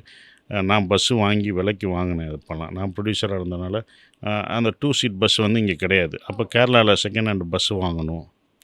ஸோ அந்த படத்தில் வர்ற பஸ் எல்லாம் வந்து அங்கே வாங்கினது, ஸ்கூட்ரு, ஆட்டோ இதெல்லாம் விலைக்கு வாங்கினேன். ஒரு ப்ரொடியூசர்கிட்ட நான் வந்து வாங்கின முடியாது. கொஞ்சமாக சேர்த்து தான் இந்த ஸ்டாம்ப்பு சேர்ப்பாங்க பார்த்தீங்கன்னா, அந்த மாதிரி இந்த இதெல்லாம் கலெக்ட் பண்ணோம். ஷூட்டிங் ஆரம்பிக்கிறதுக்கு முன்னாடியே கலெக்ட் பண்ணோம். சைக்கிள், அந்த பழைய சைக்கிள் அதெல்லாம் விலைக்கு வாங்கினோம். அங்கே எங்கே கிடைக்குதுடா, உசிலம்பட்டியில் ஒரு சைக்கிள் இருக்குன்னு வாங்கி அங்கிட்டு போவோம். இங்கே வாடிப்பட்டியில் ஒரு சைக்கிள் இருக்குங்க. ஷர்ட்டு முதற்கொண்டு எந்த ஒரு பழைய கிராமங்களில் போய் என்னோடய காஸ்டியூமர் அனுப்பிச்சு, இங்கே எடுக்க முடியாது, அந்த மாதிரி ஷர்ட்லாம் கிடைக்காது. அப்படின்னும்போது ஷர்ட் பழைய கிராமத்தில் விற்காமல் எங்கேயாவது போட்டு வச்சுருப்பாங்கல்ல, கிடைக்காத பழசு விற்காமல் இதெல்லாம் அப்படின்னு இருக்குமா, அங்கே போய் அவன் என்னடா பழைய இதை கேட்குறாங்க, அது எங்கிட்ட கிரவுண்டில் இருக்கணும், அந்த இதெல்லாம் எடுத்துகிட்டு வந்து அப்போ தான் அந்த பேட்டர்ன் கிடைக்கும் உங்களுக்கு அந்த மாதிரி. ஸோ அப்போ அது ஒன்று. அப்போ பேட்டர்னாகவே நான் யோசித்த ஒன்று இருக்குது. அவங்க அழகர் இந்த மாதிரி டிசைன் படத்தில் பார்த்தீங்கன்னா இவர் வந்து டிசைன் ஷர்ட்டாக போடுவார். ஓகே, பூ போட்ட ஷர்ட்டாக போடுவார். என்னோட கேரக்டர் பார்த்தீங்கன்னா கட்டம் போட்ட ஷர்ட்டு, இந்த ஸ்ட்ரைப்ஸு இப்படி தான் போடுவாங்க. ஸோ இது வந்து நான் இன்ஸ்பயர் பண்ணது வந்து ரஜினி சார், கமல் சார் ஒரு படத்தில் நடித்தாங்க. ஸோ அதை அழகரும் பரமனும் நீங்கள் அப்படியே எடுத்துகிட்டு பார்த்தீங்கன்னா கமல் சாரா அழகரனுங்க, ரஜினி சாரா வந்து பரமனானுங்க. அப்போ அவங்க 2 பேரும் அப்போ இளமை ஊஞ்சல் அடிக்கிறது இந்த மாதிரி படங்கள்லாம் நினைத்தால் இனிக்கும் அந்த டைம் பண்ணியிருக்கும்போது ஒன்றும் இல்லை. அப்போ நான் நினச்சதே அந்த 2 கேரக்டர் வச்சோன்னா இவங்களுக்கு ஆட்டிடியூட் என்ன கொடுக்கணும், எப்படி இருக்கணும். காதல் இளவரசர் கமல் அப்போ அப்படின்னும்போது அப்போ அதனால தான் வந்து அவன் லவ் அப்படி இருப்பான். ஆக்ஷன் பேஸ்டு ரஜினி சார் இருப்பார். ஸோ அப்போ வந்து இது இருக்கும். அப்போ காஸ்டியூம்னா ரஜினி சார் போடுற படம் பார்த்தீங்கன்னா அந்த செக்டு ஷர்ட் போட்டு இந்த கிளிப் இந்த ஃப்ளிப்பு போட்டிருப்பாங்க. அதுதான் ஃப்ளாப் மாதிரி போட்டிருப்பாங்க. அந்த ஃப்ளாப் போட்டு அப்படி இருக்கும். 2 பக்கம் டபுள் பாக்கெட் வச்சுருப்பாங்க. அதே மாதிரி இவர் பார்த்தீங்கன்னா பூ போட்டது அந்த மாதிரி தான் இருப்பான். டிஸ்கோ சிவி இருப்பார் இவர். இப்போ பார்த்தீங்கன்னா அந்த ஹேர் ஸ்டைலே பார்த்தீங்கன்னா 2 பேரோட இப்போ நீங்கள் பார்க்கும்போது அவர் இந்த டிஸ்கோ கட்டுன்னுவாங்க. அப்போ அதுதான் வந்து டிஸ்கோ அப்படின்னும் இப்படி இருக்கும். இப்போ ஜெய் போட்டது அப்படி தான் இருக்கும். கமல் சார்லாம் அவரோட ஹேர் ஸ்டைலே அவர் டிஸ்கோ அப்படின்வாங்க. அப்போ என்னோட ஸ்டெப் கட்டிங் மாதிரி இருக்கும். ரஜினி சார் இந்த நிறையா அதை வச்சுட்டு இது தாடி தான் ஒன்று இருக்குமே தவிர பட் இந்த இதெல்லாம் இருந்தது. அப்படி பிளான் பண்ணி தான் அதை வச்சு அதை தேடி போய் அப்படி பண்ணது. எவ்வளோ பிளானிங் ஒர்க் போயிருக்கு. இதெல்லாம் நீங்கள் எங்கேயா சொல்லியிருந்திருக்கீங்களா? எனக்கு புதுசாக இருக்குது. இது ரொம்ப இன்ட்ரெஸ்டிங்காகவும் இருக்குது. இந்த கான்செப்டில் தான் எடுத்தேன், அதுக்கு பின்னாடி இவ்வளோ மெனக்கெடல் இருக்குது அப்படின்றப்போ ரொம்ப ஆச்சரியமாக இருக்குது. இது எனக்கு இன்னும் என்ன கேட்க தோணுதுன்னா, இப்போது ஒரு பீரியட் ஃபில்ம் எடுக்கணும் அப்படின்னா ஒரு ப்ரொடக்ஷன் ஒரு பெரிய பேனரில் பெரிய ஸ்டார்ஸ் வச்சு பண்ணுறதுக்கு ரெடியாக இருக்காங்க. நீங்கள் சொல்கிற வேலையெல்லாம் வந்து பண்ணுறதுக்கு தனி department, art department, costume department அப்படின்னு. ஆனால் அந்த காலத்தில் எல்லாத்தையுமே எனக்கு தெரிஞ்சு நீங்கள் அதில் இன்வால்வ்டா. அப்போ அதனால தான் நான் வந்து ஒரு ப்ரொடியூசர் இதுக்கெல்லாம் போய் கேட்க முடியாது. சார் இப்படியெல்லாம் வேணும், என்ன நீ படம் வந்துவிட்டு பீரியட் எடுக்கிற அதை எடுக்கிறேன்றாங்க. அப்போ வேறு கதை தான் நான் எடுத்துகிட்டு போயிருக்கணும். அப்போ இது பண்ணியிருக்கணும் அப்படின்றது. ஏன்னா இங்கே ஒரு டைரக்டரே வந்து கதை திரைக்கதையோடு வர வேண்டியது சூழல். ஸ்கிரிப்ட் ரைட்டர் வேறு, டைரக்டர் வேறு. மலையாளத்தில் பார்த்தீங்கன்னா ஸ்கிரிப்ட் ரைட்டர் வேறு. ரைட்டருக்கு அவன் வேறு ஒரு இதாக இருக்கும். ரைட்டர் வந்து ஒரு காமெடி படம் எழுது, ஒரு காமெடி சப்ஜெக்ட் எழுத, ஒரு சீரியஸ் சப்ஜெக்ட். இந்த இதை பார்த்துட்டு தான் அவங்க என்ன பண்ணுவாங்கன்னா, இதுக்கு இவன் கரெக்டாக இருக்கும், இந்த இதுக்கு இவர் கரெக்டாக இருக்கும், அந்த இது கரெக்டாக அப்படின்னு. நம்ம ஊரில் அப்படி இல்லை. ஒரு டைரக்டரே கதை திரைக்கதை, வசனம், டைரக்ஷன், எடிட்டிங், ஒட்டிங் எல்லாமே வரணும். எல்லாமே வரணும். இவங்க என்னென்னா அதில் வந்து ரைட்டர்ஸ். அப்போ ரைட்டர்ஸ் இல்லாதனால தான் நமக்கு இவ்வளோ இது இருக்குது. ஒரு நல்ல ரைட்டர்ஸ் நமக்கு இருக்கும். அப்போ என்னென்னா பாரதி ராஜா சார் டீமில் இருந்தால் நிறைய பேர் வந்தாங்க. பாக்கியராஜ் சார், பாண்டியராஜ் சார், இவங்கெல்லாம் ரைட்டர்ஸ். அவங்க டைரக்ட் பண்ணும்போது அது ஈஸியாகிடுது. இப்போ டைரக்டர் வந்து இது பண்ணும்போது தான் அப்போ தான் வந்து கரெக்டான ஒரு கதைகள் வரும். ரைட்டரானும் போது அவங்க கரெக்டாக எழுதியிருப்பாங்க. ஸோ அது வரும்போது எல்லாம் சரியாகும், ஈஸியாக கிடைக்கும். இப்போ ஓகே. இப்போ உங்களுக்கு எப்படி சார், நீங்கள் ரைட்டிங்லேயும் உங்களுக்கு ஒரு நல்ல வெல்வர்ஸ்டு நீங்கள் ஃபீல் பண்ணுவீங்களா? ரைட்டிங் எழுது அது யதார்த்தமான ஒரு விஷயம். அதுக்கு நம்ம வசனங்கள் அதுக்கு எனக்கு டைம் எடுக்கும். அது நான் எடுத்து இது பண்ணுவீங்க. Very nice. இப்போது படம் இயக்கியாச்சு, நடித்தாச்சு. அடுத்து நடிப்பில் வந்து உங்களுடைய ஒவ்வொரு படங்களும் வந்து நல்லாயிருக்கும். ஒவ்வொன்றில் ஏதோ ஒரு வேரியேஷன் கொடுப்பீங்க. முக்கியமாக வந்து சவுத்தில் ஐ திங்க் உங்களை பிடிக்காதவங்களே கிடையாது. வீட்டுக்கு வீடு உங்களுடைய பேர் இருக்கும் அப்படின்ற மாதிரி ஒரு எல்லாருக்கும் பிடிச்ச ஒரு ஹீரோப்பா அப்படின்னு சொல்கிறாங்க. இதில் எனக்கு ஒரு கேள்வி சார். இப்போ வந்து ஏ கிரேட் ஆடியன்ஸ்க்கு பிடிச்ச ஒரு ஹீரோ, பிஎன்சியை கவர் பண்ணுற ஒரு ஹீரோ அப்படின்னு சொல்கிறாங்கல்ல. உங்களை டவுன் சவுத்தில் பிஎன்சிக்கு ரொம்ப பிடிச்ச ஒரு ஹீரோவாக இருக்கிறீங்க. இந்த கிளாஸிஃபிகேஷன் எப்படி பார்க்குறீங்க? ஏன்னா இப்போ ஒரு படம் பண்ணுறோம், ஒரு படம் இயக்குனராக இருக்கிறீங்க, நடிக்கிறீங்க அப்படின்னா எல்லாருக்கும் தானே எடுக்கிறோம். நம்ம படம் இவங்களுக்குன்னு எடுக்கலல்ல. ஸோ இந்த கிளாஸிஃபிகேஷன் இவங்களுடைய படம் இவங்களுக்கு தான்ப்பா அப்படின்னு சொல்கிறதே நீங்கள் எப்படி பார்க்குறீங்க? இல்லை, இப்போ எல்லாமே ஆயிடுச்சு. எல்லாமே ஒரே காமன் ஆயிடுச்சு. இப்பயும் காமனாக இருந்தாலுமே அது கிராமத்து படங்களாக தான் பார்க்கப்படுது. சிட்டி கிராமம் அப்படி பிரிச்சுட்டாங்க. கிரேடோட ஆயிடுச்சு. அந்த பிஎன்சின்னு சொல்கிறது அது கிடைக்கிறது கஷ்டம். பிஎன்சி கிடைக்கிறது கஷ்டம் சொல்கிறீங்களா? கஷ்டம் உண்மையிலே. அந்த இடத்துல போய் நிற்க ஏதோ ஒரு மூலையில் எங்கேயோ விவசாயம் பார்த்துக்கிட்டு இருக்க ஒருத்தருக்கு, எங்கேயோ தண்ணி கூட சுமந்து இருக்கிறவருக்கு நம்ம போய் ரீச் ஆகிற ஒரு விஷயம். கண்டிப்பாக பெரிய விஷயம் அது. இங்கே சிட்டிக்குள்ளே உங்களுக்கு போஸ்டர்ஸ் இருக்கும், இது இருக்கும், எல்லா விஷயங்களும் இருக்கும். ஆனால் கிராமத்துக்குள்ளே போய் நம்ம போகிறது வந்து அவ்வளோ ஈஸி இல்லை. அது யாருக்கும் கிடைக்காத ஒரு விஷயம். நம்ம கிடைக்கும்போது அதையே விடணும். கண்டிப்பாக. எஸ், நமக்கா ஒன்று அது கிடச்சிருக்கு. அந்த கிடைச்சதை நம்ம விடக்கூடாது. நமக்கான ஒரு விஷயம் அந்த இடத்துல யாரும் வரமாட்டாங்க. எல்லாம் கிராமப்படங்கள் பண்ணணுமா யோசிச்சுட்டு இருக்கும்போது நம்ம அதை தான் பண்ணணும். நமக்கு அது வந்துருச்சு அப்படின்னும்போது சுப்பிரமணியபுரத்துலேயும் நாடோடிகள், சுந்தரபாண்டியனுக்குள்ளே அதுக்குள்ளே கிடைச்ச உடனே நம்ம அதை விட வேணான்ற ஒரு விஷயம் இருக்குல்ல. அதுதான் இவ்வளோ தூரம் என்ன ட்ராவல் பண்ண வந்திருக்கு. இல்லாட்டி நம்ம வெறும் சிட்டி மட்டும் பண்ணியிருந்தோம்னா இவங்களுக்கு மட்டும்தான் தெரிஞ்சுங்க. இப்போ எல்லாருக்குமே தெரிகிற விஷயம் சிட்டி எப்படின்னு தெரிஞ்சிடும். ஆனால் இவங்க போகிறது ஒரு விஷயம், இவங்க எப்படி பார்ப்பாங்கன்னா நம்மளை நம்ம வீட்டு பசங்க மாதிரி பார்ப்பாங்க. பார்ப்பாங்க கண்டிப்பா. அதான் நான் சொன்னேன், எல்லா வீட்டுக்குள்ளேயும் நீங்க இருக்கிறீங்க sirன்னு அப்போ சொல்லிட்டு. வீட்டுக்குள்ளே நம்ம வந்து போகலாம். இப்போ ஊரில் போனால் எனக்கு இந்த வீட்டில் எடுக்குமா யார் படம்னு கேட்குறாங்க. இப்போ போனாலுமே இவர் படம் எடுத்துக்கோங்கன்றாங்க. ஆ, அப்போ லொக்கேஷன் நமக்கு ஃப்ரீயாக தான் கிடைக்குது. அது எதனால கிடைக்குதுன்னா அந்த அன்பு தான். நம்மளை படத்தில் பார்த்த அவங்க ஒரு குட்டி புள்ளியா சுந்தரபாண்டியனா இப்படி ஒவ்வொரு கேரக்டராக நம்மளை பார்த்த ஒரு விஷயம், நம்ம வீட்டு பையனை அவங்க நினைக்கிற பார்க்குற ஒரு விஷயம். அப்போ இவ்வளோ தூரம் நம்மளை வந்து இழுத்துட்டு வந்தது அந்த கிராம பிஎன்சி அப்படின்ற ஒரு விஷயம். அதுதான் நம்மளை இவ்வளோ தூரம் நம்மளை கூப்பிட்டு வந்திருக்கு. ஸோ அப்போ நம்ம ஊர் நம்ம ஜனங்கள் அதை நான் எடுக்காமல் வேறு யார் சொல்லுவா? ம், ம், ம், ம். நான் தானே அதை சொல்லணும். ஆமா. என் கிராமத்தை பற்றியும் என் ஊரை பற்றியும் இந்த மாதிரி இருக்கிற மக்களை பற்றி நான் தானே சொல்ல முடியும். அப்போ என்னோடய விஷயங்களை நான் தான் படத்து மூலமாக சொல்ல முடியும். அப்போ அதை நான் சொல்கிறதுலையும் சந்தோஷமாக நான் நினைக்கிறேன். அப்போ அந்த ரீச்சும் நம்ம போய் இவ்வளோ தூரம் அவங்க ஆதரவு கொடுத்து நம்மளை கூப்பிட்டு வர்றதையும் ஒரு கிடைக்காத விஷயம் கிடைக்கும்போது அதை விட்டுறக்கூடாதுன்ற விஷயம் அதுதான் என்னை இவ்வளோ தூரம் கூப்பிட்டு வந்திருக்கு. ஓகே. ஆக்சுவலி இது எனக்கு வந்து ஒரு கேள்வி இருந்துச்சு. ஆனால் இப்போ நான் அதுக்கான விடை எங்களுக்கு கிடச்சிருச்சுன்னு நினைக்கிறேன். ஏன்னா ஒரே ஜான்ராலே இருக்கே சார், ஒரே ஃப்ளேவர்லேயே இருக்கே, நீங்கள் வேறு மாதிரி படங்களை எக்ஸ்பெரிமெண்ட் பண்ணியிருக்கலாமே அப்படின்னு நான் கேட்கணும்னு நினச்சேன். பட் நீங்கள் சொல்லிட்டீங்க, இதை நான் சொல்லாமல் வேறு யார் சொல்லுவா அப்படின்ற மாதிரி சொல்லிட்டீங்க. இப்போ ஒரே ஜானர் தான். நீங்கள் நகரம்ன்றது இப்போ கம்மியாக தான் இருக்கும் உங்களுக்கு. ம், ம், ம். சின்ன இடம் தான். நான் நகரம் படம் மட்டும் பண்ணேன்னா நீங்கள் அப்போ சொல்லுவீங்க ஒரே ஜானராக என்னங்க ஸ்கூலில் இருக்கீங்க, வீடு அப்பா அங்கே ஒரு பொண்ணை சைட் அடிக்கிறீங்க, இதுதான் ஒன்று அப்படின்ற ஒரு விஷயம் அப்படி தான் வரும். பைக் எடுத்துகிட்டு போகிறீங்க, கார் எடுத்துகிட்டு போகிறீங்க அப்படின்ற ஒரு விஷயம் இருக்கும். இது நகரம் சார்ந்த இவ்வளோதான் நான் சொல்ல முடியும்.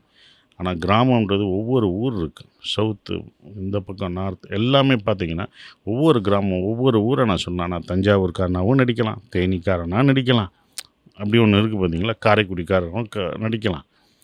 அப்படின்றது தருமபுரி அந்த மாவட்டம் அந்த சைடும் நடிக்கலாம், திருச்சியிலேருந்து எடுக்கலாம். இவ்வளோ இடங்கள் இருக்குது உங்களுக்கு. எக்ஸ்ப்ளோர் பண்ணுறதுக்கு அவ்வளோ.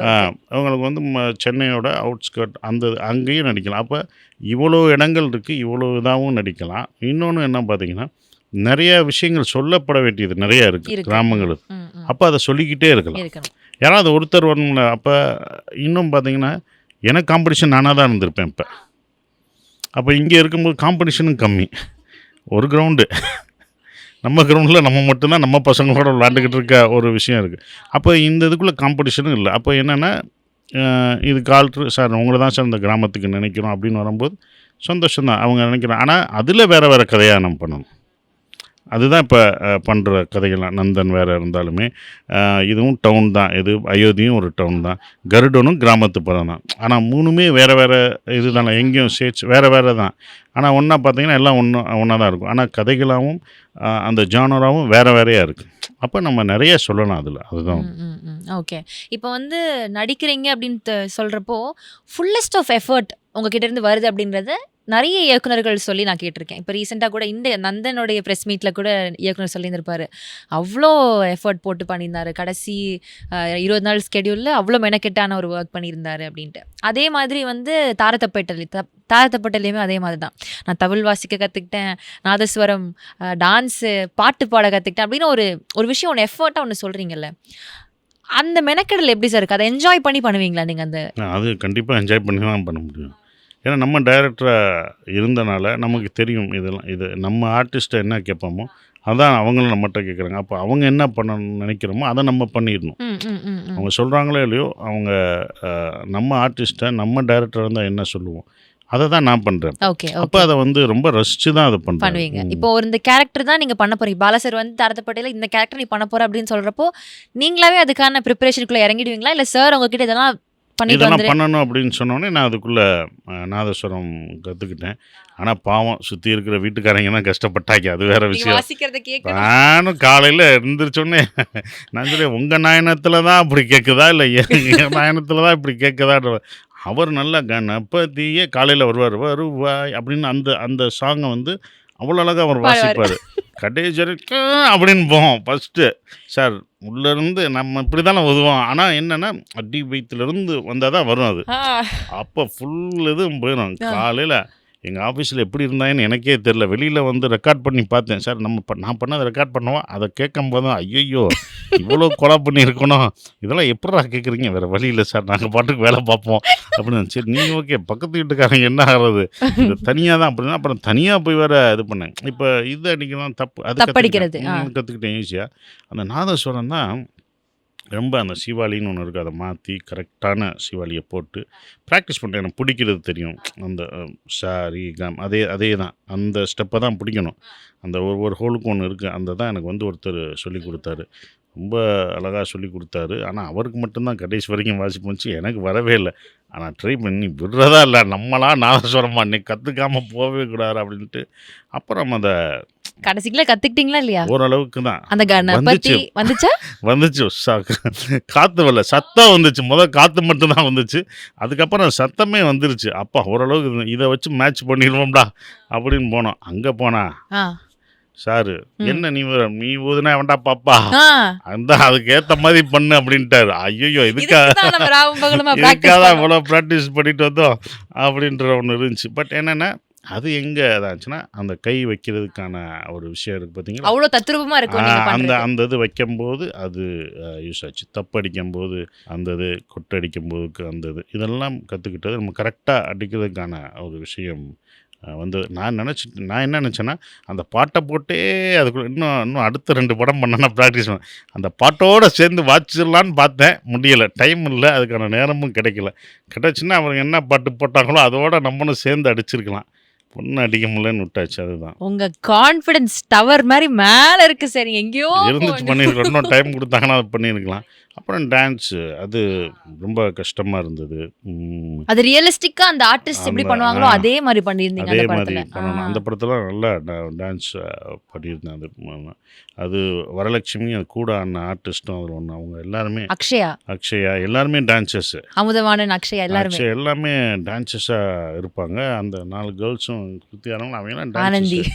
ஆனந்தி எல்லாருமே இது, ஆனந்தி, அக்ஷயா எல்லாருமே. இன்னும் டிவி சீரியலில் ஒரு பொண்ணு போயிடுச்சு, இன்னொன்று நடிச்சது. அதெல்லாம் எல்லாமே டான்சர்ஸு பயங்கரமாக ஆடுவாங்க.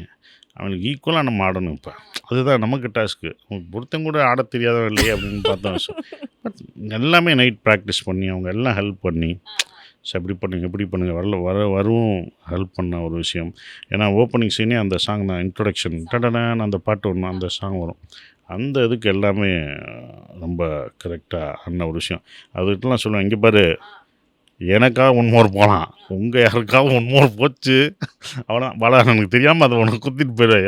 யாராவது பண்டைக்கு அவ்வளோ சார் அது எப்படி சார் நீங்களாம் டான்ஸஸ் தானம்மா அப்படின்னு. ஆமாம், அப்போ நீங்களாம் யாரும் விடக்கூடாது, நான் விட்டேன்னா தான் 1 மோர், நீங்கள் யாராவது அப்படி ஏதாவது விட்டுருக்க சார் எந்திரிக்க முடியலன்னுங்க. ஆனால் நல்லா எல்லாருமே ரொம்ப இது ஒர்க் பண்ணது. அப்புறம் ஆரம்பமாவது கண்ணுக்குள்ள அதெல்லாம் மறுபடியும் ரீஷூட் பண்ணோம். அழிச்சிட்டு முதர்ந்து எழுத விட்டாங்க. ஆமாம், அதெல்லாம் ரொம்ப கஷ்டம். முதர்ந்து எது நல்லா இல்லையான்னு சார், இது நினச்ச மாதிரி இல்லையா, ஐயோ அப்படின்னு திருப்பி ஆடணுமா. ஏன்னா அது வெயிலில் ஆடணும், எல்லாருக்கும் காலில் எல்லாருமே அவங்க செருப்பு இல்லாமல் தான் ஆடணும், செருப்பு இல்லாமல் ஆடணும். அந்த தஞ்சாவூரில் அந்த ரோடு சூடு எல்லாருக்குமே காலில் பொக்கலாம் வந்துருச்சு, அப்படியே வந்தது. எல்லாம் கால் கடியிலெல்லாம் இதெல்லாம் போட்டு இதெல்லாம் பண்ணுறாங்க. முடியலை, எல்லாருமே கஷ்டப்பட்டு இது பண்ணதுக்கு காலில் இது அதை ஒட்டினாலும் அதை எடுக்கிறதுக்கு பல போராட்டம் வைக்கிது. அதுக்கு ஒட்டாமலே வந்துடலாம் அப்படின்ற ஒரு விஷயம் இருக்கும். அப்புறம் சார் டைரக்டர் பார்த்துட்டே இது நல்லா இல்லைடா, அது முதர்ந்து எடுக்கணும். ஐயோ முதர்ந்து எடுக்கணுமா, ஐயோ என்னடா அடிச்சது திருப்பி புரோட்டாக்கிற மாதிரி ஆக்கிட்டார், முதர்ந்து எடுக்கணுன்ட்டு. அப்புறம் இவரை கூப்பிட்றாரு, அவரை கூப்பிட்றாரு, எதுவுமே முடியலை. அப்புறம் நான் யோசித்தேன், சரி மெல்ல யாருமே கிடையாது. சரி அப்படின்னு தினேஷ், டான்ஸ் மாஸ்டர் தினேஷ், அவர் எனக்கு தெரியும். நான் வந்து கொண்டாடும் மனசு அழகாக ஆட விட்டுருப்பார். இந்த இடத்துல வேறு வழியில் திருப்பி ஆட முடியும், இவரை தான் உள்ளே மெல்ல சேர்க்கணும் அப்படின்னு நான் கரெக்டாக அண்ணன் கேட்டாட்டி யாரா ஒரு ஆள் இருக்கார் அப்படின்னு. யாரா சொல்கிறா, தினேஷ் நல்லா பண்ணுவார். ஏன்னா அவருக்கு தினேஷா நல்லா பண்ணுவாரா அப்படின்னு. ஏன்னா அவர் ஒரே ஒரு மாஸ்டரோட தான் ஒர்க் பண்ணியிருக்காரு. ஃபஸ்ட்டு சாங் வந்து பிருந்தா மாஸ்டர் எடுத்து கொடுத்துட்டாங்க. இந்த இது மறுபடியும் ரீஷூட்னோடனே அப்போ தினேஷ் ஒவ்வொரு மாஸ்டர் அவங்க ட்ரை பண்ணுறாங்க. வேறு மாஸ்டர் எனக்கு தெரியாத மாஸ்டர் வந்துட்டு ஐயோ மறுபடியும் மோச்சு அப்படின்னு நினச்சேன். சரி அதுவாக நடக்கணும்னு இருந்தாலும் இப்போ என்ன கேட்டாங்க அவங்க, தினேஷ் நல்லாயிருக்கும், கரெக்டாக பண்ணுவார் அப்படியா அப்படின்னு சொல்லிட்டு வந்துட்டார். தினேஷ் மாஸ்டரை இது பண்ணியாச்சு. மாஸ்டர் நீங்கள் போய் பாருங்கள், அது பண்ணிட்டேன் பாருங்கள் அப்படின்னாச்சு. அப்படியா சகோ, அதாவது சகோ அப்படின்னு நாங்கள் ரெண்டு அவ்வளோ க்ளோஸு. ஐயோ தள்ளிப்போயா நீ நானும், ஐயோ தள்ளிப்போங்க சகோ. என்ன சகோ, ஏன் ஐயோ நீ நானும் க்ளோஸ்ன்னு காமிச்சிக்கவே கூட, நீ வராத. ஒருவேளை ஏதாவது ஒரு மூமெண்ட் நீ கம்மி பண்ணாலும் எங்கள் அண்ணன் கண்டுபிடிச்சிடுவாரு. 2 பேரும் பழக்கத்தினால இப்படி பண்ணுறீங்களோ அப்போ தலைகீழ ஆடுறான்ருவார். நீங்கள் அப்புறம் தலைகீழ என்ன ஆட வைக்கணும், பேசாமல் போங்க சகோ அங்கிட்டு சகோ அப்படின்றவாரு. ஆனால் அவரோட ஒர்க்கு வந்து பாலா எனக்கு ரொம்ப பிடிச்சது. அவர் டவுட்டாக நினச்சார். 2ஆம் 3ஆம் நாள் அவரோட அவர் வைக்கிற ஃப்ரேமு எல்லாமே பாலானே அப்போ எதுக்கு தலையே இல்லை 2 நாள். நான் எனக்கே ஆச்சரியமா, என்னடா ரொம்ப இது பண்ணுவார், மித்த மாஸ்டர்ட்டில் இப்படி பண்ணுங்க அப்படி பண்ணுவாங்க, இவர்கிட்ட ஒன்றுமே சொல்லலை. திருப்பி மறுபடியும் இதை எழுதணுமோ, மறுபடியும் எழுத சொல்லுவாங்களோ, அழிச்சிட்டு மறுபடியும் எழுத சொல்லுவாங்களோ அப்படின்னு பயந்துகிட்டே இருந்தோம். அண்ணன் வந்து பார்த்துட்டே இருந்தார். திருப்பி வருவார், ஸோ அருமையாக அங்கிட்டு போங்க சார், நீங்கள் யாரோ நீ யாரோ நான் யாரோ, இந்த பாட்டு முடிஞ்சு நீ அந்த முக்கில் வேணாம், நம்ம டீ கடையில் வந்து பேசுவோம், அந்த டீ கடைக்கு வந்துடு அப்படின்னு தான் சொல்லுவோம். நாங்கள் ஈவினிங் தான் பேசுவோம். அப்போ 4ஆவது நாள் ஆயிடுச்சு. 4ஆவது ஆகி 6 நாள் 8 நாள் போட்டதை தினேஷ் மாஸ்டர் 4 நாளில் முடிச்சிட்டாரு. 4 நாள் முடிச்சுட்டு, ஏற்கனவே இந்த இதுக்கும் பாலா சார் ஏற்கனவே ஒன்று எடுத்தோம் சார், அதை தூக்கி இந்த ரயில்வே ட்ராக்கெட் அதை தூக்கி இதில் மேட்ச் பண்ணிடலாம் அப்படின்னாரு. எப்படி பண்ணி காமிக்கிறேன் சார்ன்ட்டு, நீங்கள் அமைதியாக சார் நான் பண்ணி காமிக்கிறேன் அப்படின்னு சொல்லிட்டு எடிட் பண்ணி வச்சார். எனக்கு எதுவும் எக்ஸாம் மறுபடியும் எழுதிடுவோமோ, மறுபடியும் எழுத சொல்லுவோம் அப்படின்னா. அப்புறம் உள்ளே வந்தார், பார்த்துட்டு அவர் தினேஷ் சாரை கட்டி பிடிச்சிட்டு சூப்பராக இருக்குது, நான் மறுபடியும் எடுக்கணும், எல்லாத்தையும் கஷ்டப்படுத்துகிறேன், எனக்கே வருத்தமாக இருந்தது, மறுபடியும் இவங்க எல்லாரையும் நான் கஷ்டப்படுத்துகிறேன், ஆனால் நல்லா வரணும் தான் நான் அதை யோசித்தேன். மறுபடியும் இவங்க எல்லோரும் வெயில் ஆடும்போது எனக்கு வருத்தமாக இருந்தது. உங்கள் மேலேயும் எனக்கு டவுட்டாக இருந்தது ஃபஸ்ட்டு, என்னடா வர்றாரு போகிறாருன்றது ஃபஸ்ட்டு. ஆனால் 2 பேரும் ரொம்ப க்ளோஸ் ஆகிட்டாங்க. அப்போ 3ஆம் நாள் 4ஆம் நாள் க்ளோஸ் ஆனேன். ஃபஸ்ட் டேலாம் அவர் டவுட்டாக தான் பார்த்துட்டு இருந்தாராம். அது அப்புறம் தான் சொன்னார், உன்னையே நான் டவுட்டாக தான் பார்த்துட்டு இருந்தேன், ஆனால் நீ இப்படி எடுப்பேன்னு எனக்கு தெரியாதுன்னு கட்டி பிடிச்சேன். அவங்க 2 பேரும் அப்புறம் க்ளோஸ் ஆகிட்டாங்க. அதுக்கப்புறம் தான் நாங்கள் க்ளோஸுன்றதை அவர்கிட்டே சொன்னோம். ஆமாம், இவர் தான் அப்படியா அப்படின்னாரு. அப்படியே இந்த படம் கொண்டாட மனசு அவர் தான் எடுத்தார், இவர் தான் எடுத்தார். அப்படியாடா அப்படின்னாரு. அப்படின்னா ஏன் சொல்லலைன்னா, இல்லை இது இதுக்குன்னே ஒரு விளம்பரம், எதுக்கு இந்த விளம்பரம், எல்லாம் ஒரு நல்லதுக்கு தானே அப்படின்னு சொன்னாங்க. பட் அவருக்கு ரொம்ப பிடிச்சிருந்தது. அடுத்தடுத்த படங்களே அவரை சஜஸ்ட் பண்ணியிருக்காங்க. சரி, எதனால பாலா சாருக்கு மேலே அவ்வளோ ஒரு பயம் கலந்த மரியாதையா? அது மரியாதை தான். என்னென்னா அவர்கிட்ட ஒர்க் பண்ணியிருக்கோம், எங்களோட சீனியர், அவர்கிட்ட கற்றுக்கிட்ட ஒரு விஷயம், அந்த மரியாதை எப்போதும். சஜஷன்ஸ் ஏதாவது சொல்லுவீங்களா? அது கண்டிப்பாக சொல்லிடுவோம். என்ன தான் இருந்தாலும் தப்புன்றத அதை மெல்ல சொல்லிடுவோம். இந்த சீன் நமக்கு பிடிக்கல, அவர் வேற ஒரு கதை ஏதாவது சொல்லுவார்ல, அது மட்டும் இல்லை, இந்த கதை நல்லா இருக்கா அப்படின்னு கேட்கும்போதும் அது அந்த இடத்துல எல்லோரும் முன்னாடியும் சொல்ல மாட்டோம். ஓகேன்னு கேட்டுட்டு அதுக்கப்புறம் வந்து அண்ணா இது தப்பாக இருக்குது, ஏன்னா நம்ம நம்பி சொல்ல, எனக்கு இது பிடிக்கல, எனக்கு இந்த இடத்துல தப்பாக இருக்குது அப்படின்ற ஒரு விஷயத்த அதை நான் சொல்லிடுவேன். இப்போ பாலா சார் வந்து ஒரு இன்டர்வியூவில் சொல்லியிருப்பார், நீங்கள் நிறைய இடத்துல அவர் நீங்கள் குரு அப்படின்னு சொன்னப்போ அவர் சொல்லுவார், நான் வந்து பாலாக்கு எதுவுமே நான் வந்து சசிகுமாருக்கு எதுவுமே கற்றுக் கொடுக்கல, அவன் அவ்வளோ திறமை வாழ்ந்தவன், அவனுக்கிட்ட அவ்வளோ ஸ்டஃப் இருக்குது அப்படின்ற மாதிரி சொல்லியிருப்பாரு. நம்ம ஒருத்தங்களை ஒரு குருவா, நம்ம ஒரு we look up to some people அப்படின்றப்போ அவங்க நம்மள இந்த மாதிரி ஹீ இஸ் ஹிம்செல்ஃப் டேலண்டட், அவனுக்குள்ளே இருக்குப்பா கண்டென்ட் அப்படின்னு சொல்கிறப்போ அது ஒரு பெரிய வார்த்தை இல்லை. அந்த மாதிரி உங்களை பர்சனலாக எனக்கு அதை அப்ரிஷியேட் பண்ணியிருக்காங்களா? நான் சுப்பிரமணியபுரம் காமிச்சபோது அவர் கட்டி பிடிச்ச முத்தம் கொடுத்து ரொம்ப அருமையாக பண்ணிட்டடா, நான் நினைக்கவே இல்லை நீ பண்ணுவேன் அப்படின்ற ஒரு விஷயத்த ஓப்பனாக சொன்னார். அது நான் அவருக்கு லேட்டாக தான் காமிச்சேன். படம் ஓடி ஒரு இதில் அவர் காமிச்ச படம் பார்த்த உடனே ஃபஸ்ட் ஹாஃப் முடிச்சோடனே உடனே போடு, என்னால் வெயிட் பண்ண முடியல அப்படின்ட்டு ரொம்ப இதாக பண்ணிட்டேன் அப்படின்ற ஒரு விஷயம் பாராட்டினது. சுந்தரபாண்டியன் பார்த்துட்டு நாடோடிகள் பார்த்துட்டு வந்து என்னால் பேச முடியல, வார்த்தையே வரல அப்படின்னு சொன்னார். எனக்கு என்ன உடனே ஞாபகம் வந்துச்சுன்னா, இப்போ இந்த வாழை படம் பார்த்துட்டு மாரி செல்வராஜ் அவர்கிட்ட வந்து போய் ஒரு ஃபியூ மொமெண்ட்ஸ் ஆஃப் சைலன்ஸ் இருக்குவாங்க 2 பேர் நடுவில். அந்த மாதிரி ஒரு தருணமாக இருந்திருக்குமோ அது? ஏன்னா நமக்கு வீடியோவாக இல்லை, நான் அப்படி கற்பனை பண்ணிக்கிட்டேன். ஒருவேளை அப்படி இருந்திருக்குமோ, சார் வந்து அவ்வளோ நெகிழ்ந்து பார்த்த ஒரு விஷயமா இருந்திருக்கும் அப்படின்ட்டுல. அவர் பார்க்குற விதம் அப்படி முதல் சைலண்டாக, அதுக்கப்புறம் தான் அவர் பேசுவார் அப்படின்ற ஒரு விஷயம். அண்ட் இவ்வளோ நேரம் கான்வர்சேஷனில் இன்னொரு விஷயம் அதிகமாக நீங்கள் சொன்னது சகோ, என் நண்பர்கள். இது வந்து உங்களோட படத்தில் நிறைய இருக்குது, நண்பர்கள் பற்றின நிறைய ஸ்டோரிஸ் தான். யூ ஆர் டோட்டலி இன்க்ளைன்ட் அப்படின்னு சொல்லலாம். பர்சனலாக உங்களுடைய நண்பர்கள் வந்து எவ்வளோ முக்கியம் சார் உங்கள் லைஃப்பில்? ஏன்னா ஸ்கூல்லேருந்தே படிச்சு போர்டிங் ஸ்கூல்னால ஆமா ஆமா எனக்கு ஸ்கூல் நண்பர்கள் இப்போ வரைக்கும் இருக்காங்களா? இருக்காங்க. எல்லாருமே இப்போ தான் அவங்க தான். எனக்கு காலேஜ் நண்பர்கள்லாம் கிடையாது. சந்தித்ததே இல்லை. சந்தித்தா எப்பயாவது ஒரு தடவை சந்திப்போம். அவ்வளோ இப்போ ரெகுலராக பண்ணுற இல்லை என்கிட்ட. எங்கேயோ இருக்காங்களே தவிர பட் ஸ்கூல் நம்பர் தான் இப்போ வரைக்கும். நாங்கள் இப்போ கூட அலுமினி அசோசியேஷன் எங்கள் ஸ்கூலில் கொண்டாடணும் இந்த மாதம். நான் போக முடியல, அந்த ஷூட்டிங்னால் போக முடியல.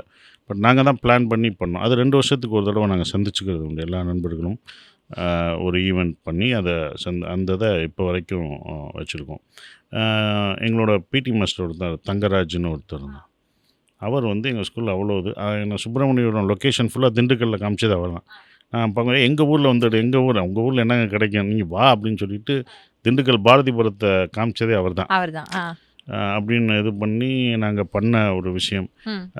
அவர் மூலமாக தான் எல்லாமே பண்ண உடனே எல்லாருக்கும் பிடிச்ச ஒரு பிடி மாஸ்டராக இருந்தார். எல்லாரையும் ஒத்துமையாக சேர்ந்து அவர் தான் அந்த அலுமினி அசோசியேஷன் மறுபடியும் இது பண்ணார். அவர் இறந்துட்டார். ஸோ அவர் இறந்தவொடனே எல்லாருக்கும் அதுவும் அந்த அலுமினி மீட் அன்னைக்கு நைட்டு அவர் இறந்தவொடனே நான் போகல. அப்போ எனக்கு குட்டிப்புலி படம் ரிலீஸ் ஆனது வர்றேன்னு மறுநாள் மறுநாள் மீட் பண்ணுறோன்னு நினைக்கும் போது அவர் இறந்துட்டார். இறந்தவொடனே நாங்கள் எல்லாருமே இதாகிட்டோம். நம்ம சார் இறந்துட்டார் அப்படின்றது யாருமே எதிர்பார்க்கல. அவ்வளோ க்ளோஸாக இருந்த ஒரு விஷயம். நிறைய இது இருந்தது. என்னோட அவர் கல்யாணம் எதுவுமே பண்ணாமல் இருந்த ஒரு மனிதர். நான் அவருக்கு சுப்பிரமணியம் முடிஞ்ச ஒரு கார் கேட்டார். எனக்கு கார் வேணும் அப்படின்னாரு. ஒரு கார் வாங்கி கொடு, ஒரு கார் இந்த கார் எனக்கு வேணும் அப்படின்னாரு. ஒரு கார் ஒரு இருந்தது திண்டுக்கல்லே ஒரு கார் இருந்துச்சு. இந்த கார் வேணும்னா அப்போ கார் வாங்கி கொடுத்தேன். நான் அவர் கார் வாங்கி கொடுத்தேன். அந்த காரில் தான் போவார். என் ஸ்டூடெண்ட் சசி அப்படின்னு சொல்லிட்டு இருக்க ஒருவர். அவர் இறந்தவொடனே எங்களுக்கு ரொம்ப இதாகிடுச்சு. எதிர்பார்க்கவே இல்லை அவர் இறப்பாருன்ற ஒரு விஷயம். அவர் தான் எங்களை ஒன்று சேர்க்கணும்னு நினச்சது. அப்போ நாங்கள் என்ன நினச்சோம், 2 வருஷத்துக்கு ஒரு தடவை நம்ம மீட் பண்ணோம்.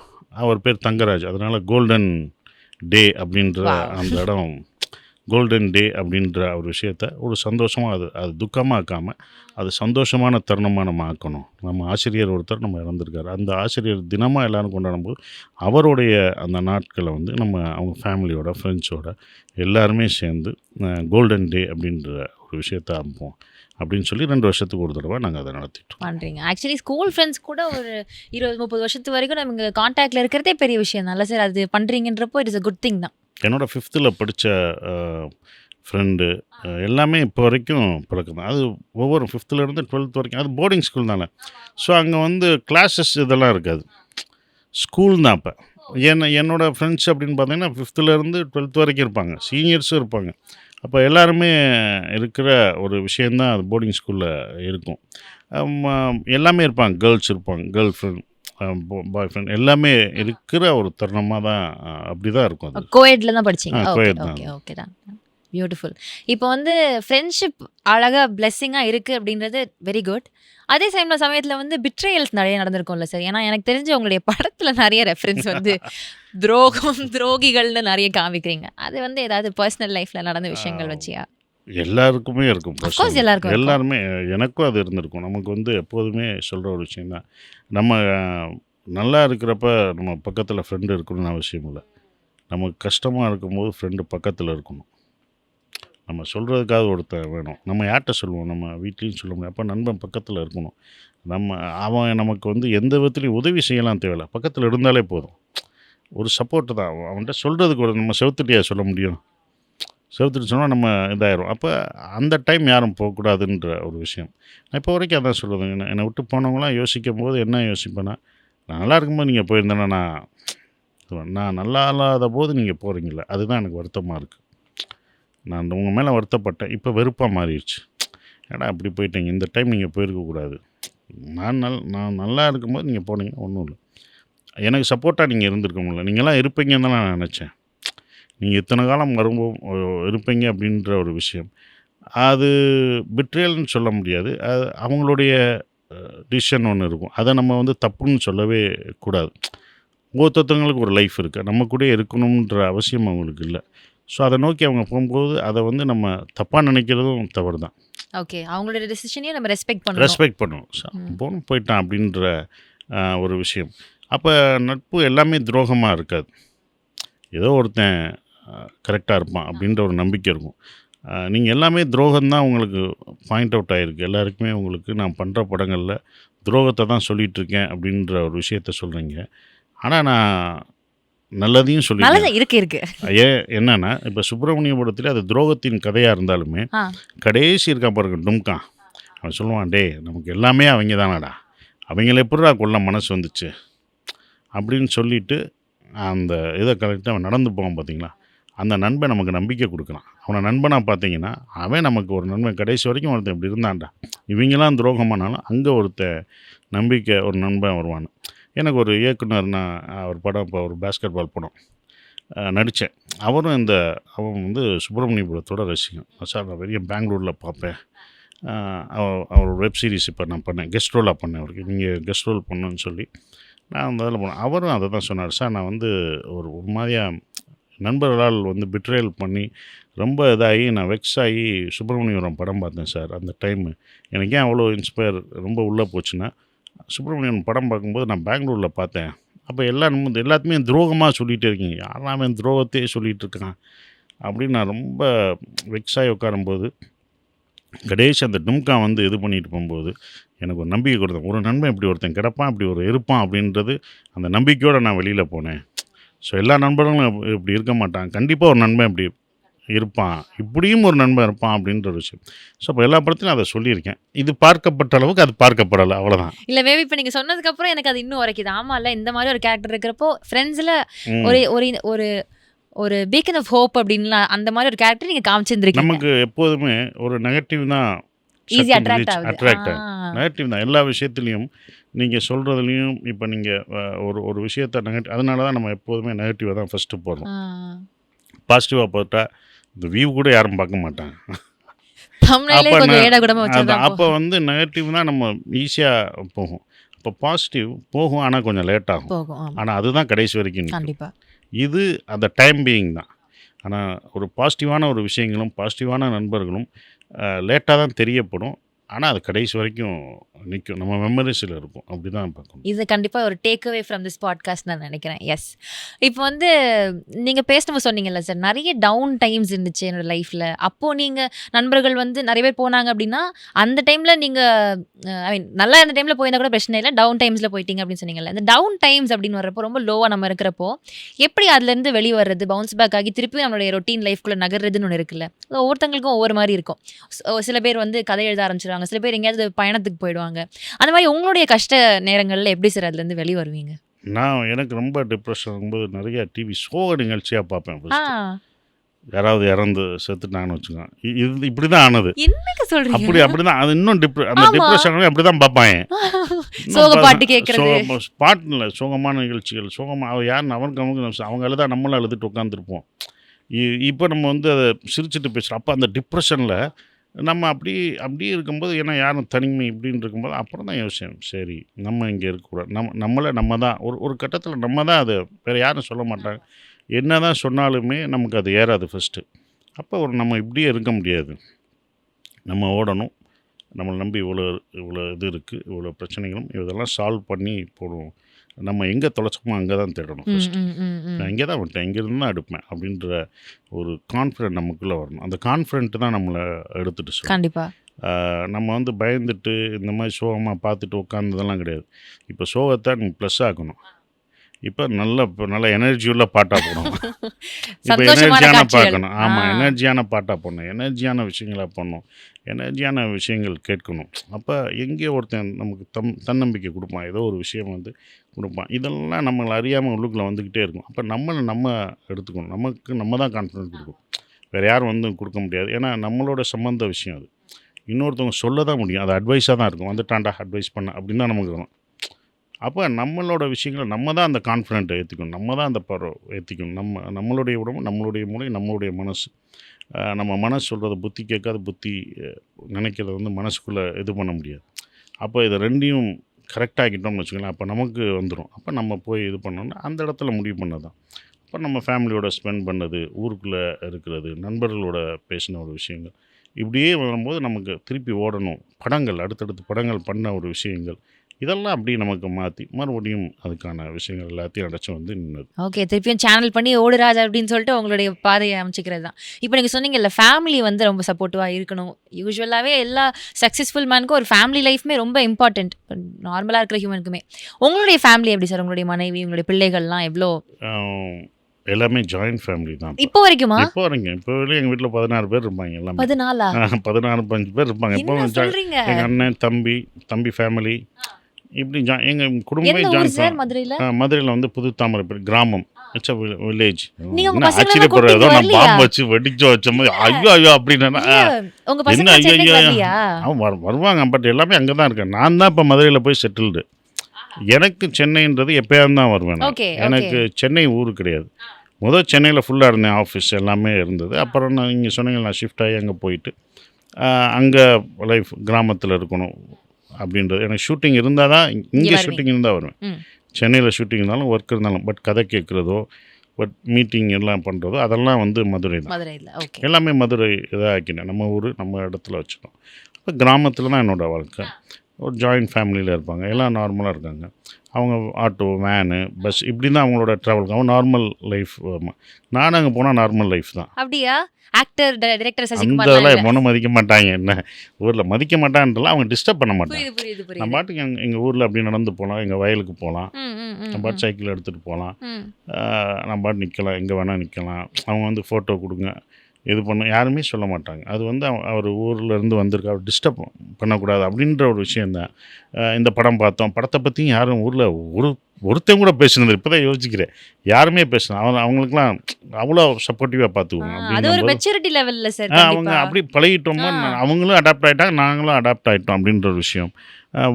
யாராவது விஷ் பண்ணுற ஒரு விஷயம் என்ன மாப்பிள்ள நல்லா இருக்கே அப்படின்னு ஊருக்கு என்ன மாப்பிள்ள நல்லா இருக்கேன் இவர் மாமா புழுக்க நல்லா இருக்கேன் மாமா அப்படின்னா அப்படி தான் நமக்கு தெரியும். சிலர்லாம் நமக்கு தெரியாது. சொந்த என்னன்னு தெரியாதுல்ல ஆமா நமக்கு. ஆமா. ஏன்னா நடந்து போயிட்டு இருக்கும்போது ஊருக்கு என்ன மாப்பிள்ள நல்லா இருக்கியான்னுவாங்க. சரி அப்போ மாமா நல்லா இருக்கேன் மாமா அப்படின்றது. என்ன மகனே அப்படின்னா பெரியப்பா ஒரு வயசு ஓகே பெரியப்பா தான் இருக்கும் போட்டுடலாம். நம்மளா சொன்னால் தான் மாட்டிக்கிறோம். என்னங்க அத்தை நல்லா இருக்கும். என்ன அத்தையா நான் வந்து உனக்கு அப்படின்ற அப்படி தான் நம்ம ஊருக்குள்ளே போனாலும் இதாக இருக்கும். நம்ம வாக்கிங் போகிறதோ வயலுக்கு போகிறதோ அவங்க யாரும் நம்மளை தொந்தரவு பண்ண வேண்டாம்.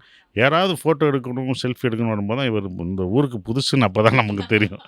அவங்க வந்தால் தான் அந்த ஊருக்கு புதுசாக வந்திருக்காங்க நம்மளை எடுக்கிறாங்க அப்படின்ற ஒரு விஷயம் இருக்கும். பட் ஜாயிண்ட் ஃபேமிலினால் அங்கேயே எல்லாருமே அங்கேயே படிச்சுட்டு பசங்க அண்ணன் பசங்க எல்லாருமே அப்படின்ற ஒரு விஷயம். எல்லாருமே வந்து ஒரே எனக்கு 2 பசங்க அப்படின்னு 3 பசங்க அப்படின்னு சொல்லாமல் மொத்தமாக 7 பசங்களும் என்னோட பசங்க அப்படின்ற அப்படி தான் இருக்கும் ஜாயிண்ட் ஃபேமிலி. இந்த 7 பேரும் என்னோட பசங்க. ஒருத்தவங்கள சித்தப்பா பெரியப்பான்னு கூப்பிட மாட்டாங்க. அப்பான்னு அப்பான்னு தான் தான் கூப்பிடுவாங்க. கூப்பிடுவாங்க. நான் என் தம்பி பையனை பொண்ணை கூப்பிட்டு போனாலுமே நான் உங்கள் பொண்ணான்னு கேட்டால் அம்மான்னு ஆமா. தான் சொல்கிறது. ஆ. அப்படி தான் அந்த அவங்களும் அடுத்த நாங்கள் எப்படி எங்கள் சித்தப்பாலாம் அப்பா அப்படின்னு கூப்பிட்டு போனோமோ அடுத்த ஜென்ரேஷனும் எங்கள் அப்பா அப்படின்ற ஒரு விஷயந்தான். பெரியப்பா சித்தப்பா அப்படின்னாலும் அப்பான்னு சொல்லி கூப்பிட்டு தான் பழகும். பேர் சொல்லி அந்த அப்பான்னு சொல்லும்போது புரிஞ்சுக்கணும் அவ்வளோதான். பேர் சொல்லி மாமா சசி மாமா அப்படின்னா அது புரிஞ்சுக்கணும். அதுதான் அப்படி தான் வரும். அப்படி இருக்கும்.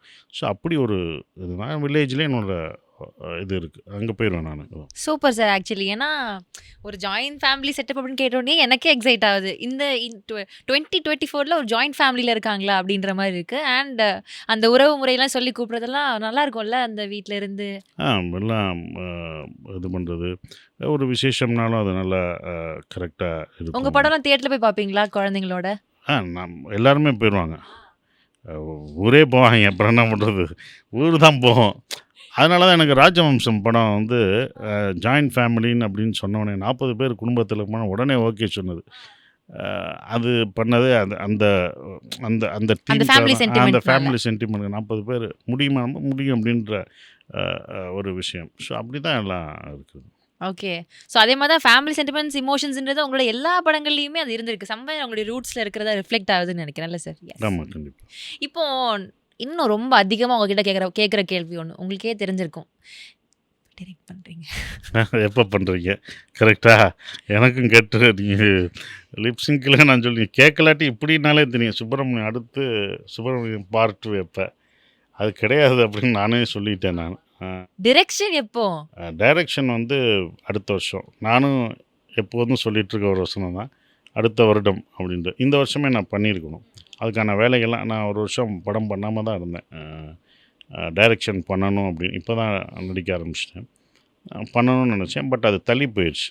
இந்த வருஷம் ஆரம்பிக்கணும் அப்படின்ற ஒரு விஷயம் அடுத்த வருஷத்துக்கு அது மாறிடுச்சு. ஸோ நெக்ஸ்ட் இயர் அதை டைரக்ஷன் பண்ணுறேன். Okay okay sir. அதே மாதிரி உங்களுடைய ஃபில்மோகிராஃபியில் நிறைய படங்களில் வந்து நிறைய பணம் இன்வெஸ்ட் பண்ண விஷயம்.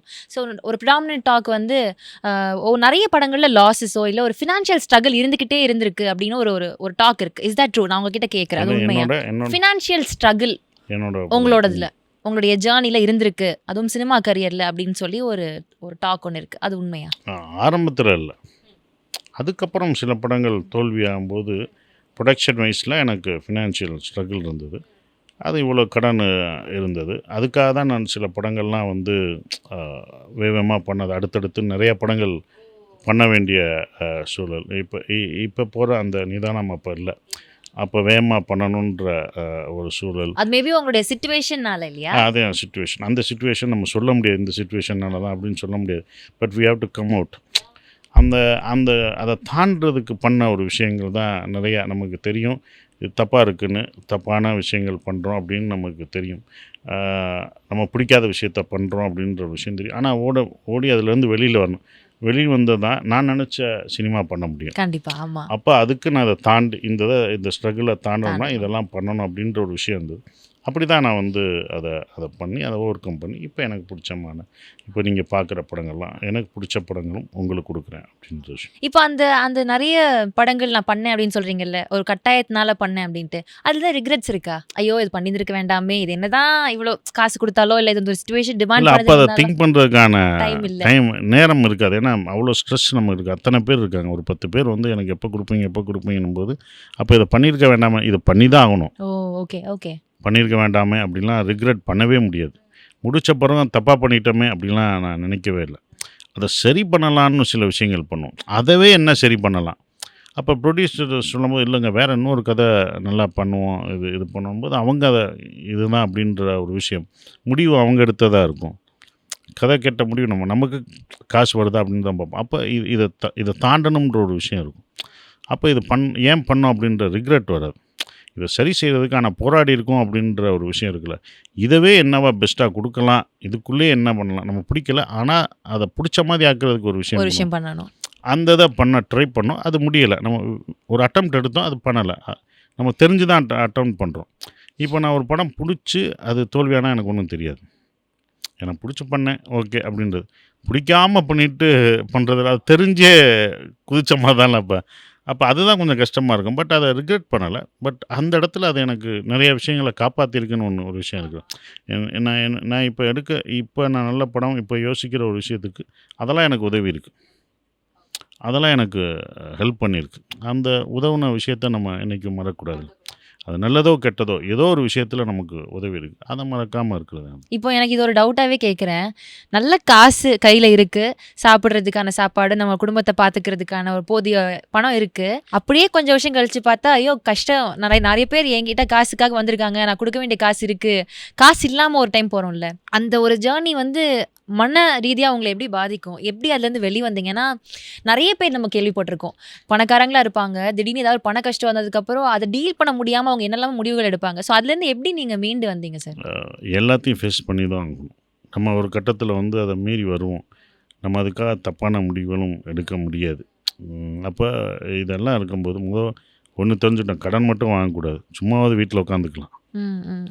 கடன் மட்டும் வாங்கக்கூடாதுன்ற ஒரு விஷயம். அது என்ன நம்மளுடைய லைஃபே மாற்றும் அப்படின்ற ஒரு விஷயம். அது ஒரு விஷயம். அது நிறைய அந்த லெசனை கற்றுக்கிறதுக்கு நிறைய இழக்க வேண்டியது இருந்தது. இழந்து தான் நம்ம இது பண்ண வேண்டியது இருக்குது. அப்புறம் இதை வந்து நம்ம வந்து ஓவர் கம் பண்ணி வரணும் அப்படின்ற ஒரு விஷயம் நம்மளாக எடுக்கிறது தான்.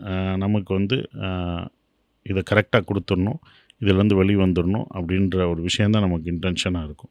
ஸோ அப்படி தான் நான் அதிலேருந்து வந்துட்டு இனிமேல் நம்ம கடன் வாங்கக்கூடாது. நமக்கான அப்போ இருந்தது இப்போ இல்லை அப்படின்போது ஒரு டைம் இல்லாத போது நமக்கு ரொம்ப கஷ்டமாக தான் இருக்கும். அப்போ ஒரு விஷயந்தான் நம்ம வாழ்க்கையில் யோசிக்க வேண்டிய ஒரு விஷயம் என்னென்னா, நம்ம குவிட் பண்ணவே கூடாது. Never quit. அதுதான் ஒன்று. நம்ம வந்து இந்த இடத்த விட்டு போகிறோமா இல்லை இந்த இடத்துக்குள்ளேயே நம்ம இருக்கணுமா அப்படின்ற ஒரு விஷயம் இருக்குது. வெற்றி தோல்வின்ற விஷயம் வந்து என்னென்னா நம்மளாக ஏற்படுத்திக்கிற ஒரு விஷயந்தான். அதை நிராகரிச்சுட்டு போகிறது விஷயம். வெற்றி தோல்வி எல்லாருக்கும் வந்துக்கிட்டு தான் இருக்கும். வாழ்க்கையில் வந்து எல்லாருக்கும் எல்லா பிஸ்னஸ்லேயும் இருக்கும், எல்லா விஷயங்களும் இருக்கும். ஆனால் அதை நம்ம விட்டுட்டு போகிறோமா இல்லையா அப்படின்ற ஒரு விஷயம் இருக்குது. அதை விடக்கூடாதுன்ற ஒரு விஷயம் இருக்குது பார்த்திங்களா, அந்த இதை பிடிச்சி கெட்டியாக பிடிச்சி வர்றது தான். ஸோ அப்படி தான் நான் நினச்சி வந்தேன். நான் நிறைய ஒரு ஆப்டிமிஸ்டிக் எனர்ஜி உங்ககிட்ட இருந்து வருது சார். நான் சொன்ன மாதிரி 7th ஸ்டாண்டர்ட்லேயே அவ்வளோ கிளியராக இருந்த பையன் தான்.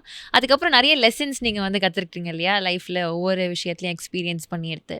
And you're a beautiful person now. நிறைய ஒரு நாலேஜ் அண்ட் எக்ஸ்பீரியன்ஸ் இருக்கிற ஒரு director, actor. We love you for all that you do. இப்போ நீங்கள் பண்ணுற நிறைய ஒர்க்ஸில் வந்து ஏதோ ஒன்று பண்ணி எங்களை இம்ப்ரெஸ் பண்ணிக்கிட்டே இருப்பீங்க. இப்போ நந்தன்லேயுமே வந்து நிறைய பேர் பார்த்தவங்கலாம் சொல்கிறது என்னென்னா, இது வரைக்கும் சசிகுமார் பண்ணதை தாண்டி ஒன்று பண்ணியிருக்காரு அப்படின்னு. நிஜமாவே எக்ஸைட் ஆகுது, என்ன அப்படி இருக்குது அப்படின்னு சொல்லிட்டு. ஸோ நந்தன் உங்களுக்குமே ரொம்ப ஸ்பெஷலான ஒரு படம் இல்லையா? கண்டிப்பாக எனக்கு ஒரு ஸ்பெஷலான படம். ஓகே, அதான் எல்லாம் சொல்கிறாங்களே, எனக்கான படமாக இது வரைக்கும் சசிகுமாராக எல்லாருக்கும் தெரியும். இவர் இப்படி பண்ணுவார், இவர் இப்படி பண்ணி, இவர் நல்லா அடிச்சிருக்கார் அப்படின்ற ஒரு விஷயம் இருக்கும். இந்த படம் வந்து மாறி இருப்பேன் நான், எந்த இடத்துலையும் தெரிய மாட்டீங்க. இது ஒரு ஷாட்டு கூட தெரிய மாட்டோம். அப்படி அதுதான் ரொம்ப கஷ்டமான ஒரு விஷயம். அது இதில் எனக்கு கிடச்சிருக்கு அப்படின்ற ஒரு விஷயம் சந்தோஷமாக இருக்குது. அது இயக்குனரோட இதுதான், அந்த கதை அவர் அதை கன்சீவ் பண்ண விதம், சரவணன் பண்ண ஒரு விஷயம், அதுக்குள்ளே நம்ம போய் அடாப்ட் பண்ணோம். கஷ்டமாக இருந்தது மொதல், அது பண்ண பிறகு அது இதாகிடுச்சு. அப்படி தான் இருக்குது. ஓகே சார், இப்போது ஒரு டிரெக்டர் கிட்ட நீங்கள் போய் ஒர்க் பண்ணுறீங்க அப்படின்றப்போ உங்களுக்குள்ளே இருக்கிற டிரெக்டர் வெளில எட்டி பார்ப்பாரா? அப்பப்போ வருவான், என்ன பண்ணுறது, அப்பப்போ எந்திரிப்பான், அப்பப்போ இது பண்ண அவனை அப்படியே அம்மிக்கு அப்படி கூப்பிட்டு போகிற ஒரு விஷயந்தான் அது. வரும், அப்போ அது சஜஷனாக வரும், அவ்வளோ ஒரு சஜஷனாக வரும். அந்த இது நம்ம எப்படா அடுத்து மைக் பிடிச்சி கற்றுவோம் அப்படின்ற ஒரு விஷயம் இருக்கும்ல, அது அப்பப்போ வரும். ஸோ எங்கேயோ ஒரு விஷயத்தில் வரும், இப்படி வரும்போது ஐயோ நம்ம இதாகிட்டோமோ அப்படின்னு தோணும். பட் அது அந்த சஜஷனை அது சொல்லும்போது அது அவங்களுக்கு பயன்படும் போது அது சந்தோஷமாக இருக்கும். ஒரு விஷயம் அவங்க தப்பு பண்ண போகிறாங்கன்னு போது இது இப்படி வச்சுக்கலாமே அப்படின்னும் போது அது யூஸ்ஃபுல்லாக இருக்கும். சில இது இல்லை சார் இது இப்படி இருந்தால் நல்லா இருக்கணும் போது அதை சூப்பராக இருக்குது அப்படின்ற ஒரு விஷயம் தான். அந்த ஈகோ அவங்களுக்கும் வராது, எனக்கும் வராது. ஒரு டைரக்டர்கிட்ட ஒர்க் பண்ணும்போது நான் ஒரு டைரக்டராக இருக்கனால அவங்க அதை கேட்டுக்கிறாங்க. ஸோ நானும் அதை வந்து இது நல்லா இருக்குமானா, நல்லா இருக்குது சார், சூப்பர் சார்னுவாங்க. சில சமயம் இல்லை சார் வேணாம் நான் இப்படி வச்சுருக்கேன்னுவாங்க. அவங்க அது சூப்பராக இருக்கும், அப்போ சூப்பர் நம்ம சொல்லிட்டு வந்துடுது, அவ்வளோதான். ஸோ அப்படி தான். ஓகே, ஸோ அது சீனை என்ஹான்ஸ் பண்ணுறதுக்கு ஹெல்ப் பண்ணுது அப்படின்னா நம்ம அதை பண்ணிடலாம் இல்லையா? இப்போது நீங்கள் சொன்னீங்க நடுவில் பேசுகிறப்போ, ஒரு வருஷம் நான் வந்து டிரெக்ஷனுக்காக கொஞ்சம் டைம் ஸ்பெண்ட் பண்ணேன் அப்படின்னு. உங்களுடைய அந்த டிரெக்ஷனுக்காக ஸ்பெண்ட் பண்ணப்படுற டைம் எப்படிப்பட்டதாக இருக்கும்? ஏன்னா ஒவ்வொரு டிரெக்டருக்கும் ஒவ்வொரு ஸ்டைல் இருக்கும் சார். அவங்களுடைய படத்துக்காக ஒர்க் பண்ணுற ஸ்டைல் டிஃப்ரெண்ட்டாக இருக்கும். சில பேர் வந்து படங்கள் பார்ப்பாங்க, சில பேர் ஏடிஎஸ் கூட டிஸ்கஷன்ஸ் இருக்கும். நீ ஒரு சீன் சொல்லு, நீ ஒரு படங்கள் பார்க்க மாட்டேன். நான் சுப்பிரமணியம் எடுக்கும் போதும் எடுக்கும் போதும் படங்கள், அதாவது ஆங்கிலேய படங்களோ வேறு எந்த படங்களும், தமிழ் படங்கள் பிறமொழி படங்கள் பார்ப்பது இல்லை எந்த படமும் அவாய்ட் பண்ணுவேன். என்னென்னா அது எங்கேயும் இன்ஃப்ளூயன்ஸ் ஆயிரும் அப்படின்ற, நம்மளுக்கு தெரியாமல் ஒரு இன்ஃப்ளூயன்ஸ் ஆயிரும். அது நம்ம ரொம்ப பிடிச்சி போச்சுன்னா நம்ம வச்சு அந்த மாதிரி ஒன்று எடுத்துலாமே இந்த ஷார்ட்டை அப்படின்னு நமக்கு தோணும் அப்படின்ற ஒரு விஷயம் நமக்கு வந்துடும். ஸோ அப்போ அதை கான்ஷியஸாக அவாய்ட் பண்ணுவோம் பண்ணிவிட்டு இது பண்ணும்போது அப்போ நம்ம தான் எடுத்து காமிக்கணும். இப்போ என்னென்னா இந்த படம் மாதிரி இப்படி பண்ணுவோம் அப்படின்னு இப்போ பிச் டேக் பண்ணும்போது இந்த படம் மாதிரி இதை பண்ணுவோம், இந்த மாதிரி படம் மாதிரி கொடுக்கும்போது அதுவே எனக்கு உடன்பாடு இல்லை. ஆமாம், சொல்லுவாங்க இது லுக் அண்ட் ஃபீல் வந்து இந்த படம் மாதிரி இருக்கும். ஏன் நீ ஒரு லுக் அண்ட் ஃபீல் தர மாட்டுற? நம்ம க்ரியேட் பண்ணோம், அதுதானே நீங்கள் க்ரியேட் பண்ணுறீங்க. எங்கேயோ இன்ஃப்ளூயன்ஸ் ஆக வச்சு தான் க்ரியேட் பண்ணியிருப்போம். ஆனால் அது ரொம்ப இன்ஃப்ளூயன்ஸ் ஆயிடுவோன்ற ஒரு பயம் நமக்கு வரும். ஏதாவது ஒன்று அப்போ பார்த்தது மனசில் ஆளாமல் இருந்தால் அது ஏதாவது ஒரு இடத்துல நம்ம ஷார்ட்டாக வந்துடும். அப்போ நம்ம படம் ஷூட் பண்ணுற அன்றைக்கி கண்டிப்பாக எந்த படமும் பார்க்க மாட்டேன், டிவி பார்க்க மாட்டேன். ஒன்லி இப்போ 80s படம் பண்ணேன் பார்த்தீங்கன்னா, வெறும் 80s சாங் தான் வரும், அதில் தான் இருப்பேன். அது வந்து 80 காலகட்ட படங்கள், 80 படங்கள், 80s படங்கள், 80s பிளேலிஸ்ட். அதுதான் காரில் போனாலும் அந்த 80s பிளேலிஸ்ட் தான் போகும். அப்படி போகும். இப்போ வந்து நான் ஈசன் பண்ணும்போது அதுக்கு நேர்மாறாக போகும், வெறும் பாப் மியூசிக்கு, அந்த இது வெல்கம் டு ஹோட்டல் கலிஃபோர்னியா அப்படி போகும். அந்த மாதிரி தான் இருக்கும். அந்த மாதிரி சாங்ஸு, ஈகிள்ஸ், இந்த இந்த இந்த இது இப்படி தான் போகும். அது அப்படி தான் இந்த இரவு தான் போகுது அந்த மாதிரி பாட்டெல்லாம் அது வந்து அதோட ஸ்டைல் வேறு. அப்போ அந்த மூடில் அப்படியே நம்மளை அந்த மூட்லேயே வச்சுட்டு போய் எடுக்கிற ஒரு விஷயம் அப்படி தான் அப்போ. ஸோ தவிர்ப்பேன், மேக்ஸிமம் தவிர்ப்பேன், அவ்வளோதான். ஓகே. ஸோ படம் பார்க்கறது இல்லை, இன்ஃப்ளூயன்ஸ் ஆயிடுவோமோன்ற ஒரு பயம் தான், வேற இல்லை. இது ஒரு சூப்பரான விஷயம். அப்போ எப்படி வந்து கதையை டெவலப் பண்ணுறதுல வந்து என்ன மாதிரியான விஷயங்கள்? புக்கு படிப்பீங்களா? நான் புக்கு படிப்பேன். கதை ஒரு விஷயம் அதுதான். நம்ம இவ்வளோ தூரம் பார்த்து புக்கு படித்த ஒரு விஷயம், நம்ம பார்த்த விஷயங்கள், சந்தித்த விஷயங்கள், நம்ம அனுபவித்த விஷயங்கள், கதைன்றது நம்ம பக்கத்தில் தான் இருக்குது. இதுக்கு போய் இன்னொரு படத்தை பார்க்கணுன்ற அவசியம் இல்லை. இன்னொரு படத்துலேருந்து எடுக்க வேண்டியது அது அவங்க எடுத்துருக்க ஒரு விஷயம். நம்மளை சுற்றி தான் கதைகள் இருக்குது. நான் இப்போ நடந்து வந்தேன்னா நான் இப்போ எனக்கு வந்த ஒரு கேரக்டரை நான் பார்த்துருக்கலாம். இவங்க எனக்கு இன்ஃப்ளூயன்ஸ் ஆகிருப்பாங்க. நான் நடந்த ஒரு விஷயங்கள், நமக்கு தெரிஞ்ச விஷயங்கள், நம்மளை சுற்றி நடக்கிற ஒரு கதைகள், இதெல்லாம் நமக்கு சீனாக இருக்கும். அதை தான் நம்ம கோர்க்க முடியும். அப்போ ஒரு சீனை நான் இப்போ சொன்னேன்ல, இதிலேருந்து ஆரம்பித்தேன், எண்ணிலேருந்து ஆரம்பித்தேன். அப்போ ஒரு சீன் போடும்போது அதுதான் நகட்டிட்டு போகும். சில புத்தகம் படித்த ஒரு விஷயங்கள் நம்ம இதெல்லாம் வந்து நம்ம பார்த்த விஷயங்கள், கேள்விப்பட்ட விஷயங்கள், இதுதான் நம்ம ஸ்கிரிப்டுக்குள்ளே வந்து நமக்கு ஒரு இந்த கேரக்டர் டெவலப் பண்ணுறது, இதெல்லாம் புத்தகன்றது நம்ம பார்த்த மனிதர்கள் நிறைய நிஜ வாழ்க்கையில் நம்ம மண்ணுக்குள்ளேருந்து எடுக்கிறதான விஷயம். புத்தகம் நம்ம பார்த்த, நம்ம சந்தித்த, நம்ம எங்கேயோ கடந்து வந்த ஒரு விஷயம். ஒரு கேரக்டராக அவன் வந்திருப்பான், எங்கேயோ பார்த்தவன் நம்ம கூட வந்திருப்பான், ஏதோ ஒரு இடத்துல நம்ம கவனிக்கப்படாமல் போனவன் நமக்கு வருவான். நம்ம சந்தித்த விஷயங்கள் அதுதான் நம்மளை சுற்றி தான் கதை, நம்மளை சுற்றி தான் சீன்ஸ், அப்படி தான் இருக்குது. ஆமாம், இது அமீர் சார்கிட்ட பேசுகிற மாதிரி இருக்குது எனக்கு பட்டுன்னு. ஏன்னா சார்கிட்ட வந்து நான் கேட்டிருந்தேன் இந்த மாதிரி, எப்படி சார் பேரெல்லாம் வந்து டக்லஸ்ஸு, செவ்வாழை அப்படிலாம் விதவிதமாக வைக்கிறீங்களே அப்படின்றப்போ அவர் சொன்னார், இதெல்லாம் நான் கோத்ரூ பண்ணி வந்த நேம்ஸ் தான், நான் பார்த்த மனிதர்கள்லாம் அவங்க எல்லாருமே அப்படின்ற மாதிரி சொல்லியிருந்திருப்பாரு. அண்ட் சிமிலர் அதே மாதிரி நீங்களும் ஒன்று சொல்கிறப்போ எனக்கு அந்த சகோ வந்து எங்கேயோ தெரிகிற மாதிரி எனக்கு தெரியுது. எஸ். அண்ட் முக்கியமாக இன்னொரு விஷயம் சார், உங்களுடைய ஃபில்மோகிராஃபியில் இன்னொரு கமெண்டபிளான விஷயம் வந்து தலைமுறைகள். பாலு மகேந்திரா சாருடைய படம் வந்து நீங்கள் ப்ரொடியூஸ் பண்ணியிருப்பீங்க இல்லையா? ஸோ சாருடைய லிஸ்ட்லேயுமே அது ரொம்ப ஃபேவரட்டான ஒரு படம் அப்படின்னு அவர் மென்ஷன் பண்ணியிருப்பார். ஸோ எத்தனை பேர் கூட ஒர்க் பண்ணியிருந்தாலும் இந்த மாதிரி ஒரு லெஜெண்ட் கூட ஒர்க் பண்ணுறது அப்படின்றது ரொம்ப special. So how is it? அந்த ஒரு படத்தை பற்றி அசோசியேட் ஆகிருக்கிற ரொம்ப க்ளோஸ் டு ஹார்ட் மெமரி என்னவாக இருக்கும்? தலைமுறைகள் ஃபஸ்ட்டு ஒரு ஆஃபீஸ்க்கு வந்தது தான் மெமரியாக இருக்கும். ஃபஸ்ட்டு அது சசி உன்னை பார்க்க வரணும் அப்படின்னு சொல்லும்போது, சார் நான் உங்கள் ஆஃபீஸ்க்கு வரேன் சார் அப்படின்னா, இல்லை நான் உன் ஆஃபீஸ்க்கு வரேன்னாரு.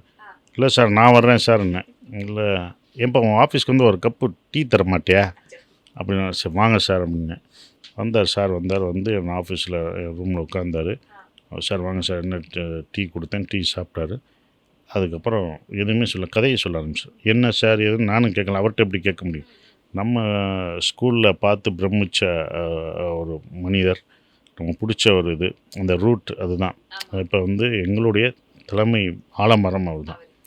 பாலு மகேந்திரா, பாலா, அமீர், நான், இதுதான் இந்த இது வருது. அப்படி இந்த ரூட் அந்த இது வரும்போது, அப்போ நான் அவர்கிட்ட ஒர்க் பண்ணலாட்டியும் அவரோட சிஷியர்ட்டெல்லாம் நான் ஒர்க் பண்ணி வந்த ஒரு விஷயம் இருக்குது. அப்போ எங்களுக்கு முதல் தலை அது அப்படின்ற மாதிரி அதுதான். அப்போ அவர் வந்தவொடனே அந்த மரியாதையோடு உட்காந்து, அவர் என்னன்னு நான் கேட்கவும் முடியாது, எதுக்கு வந்திருக்கீங்க என்னன்னு கேட்க, டீயை மட்டும் குடித்தா நான் கை கட்டி அப்படியே உட்காந்துருந்தேன்.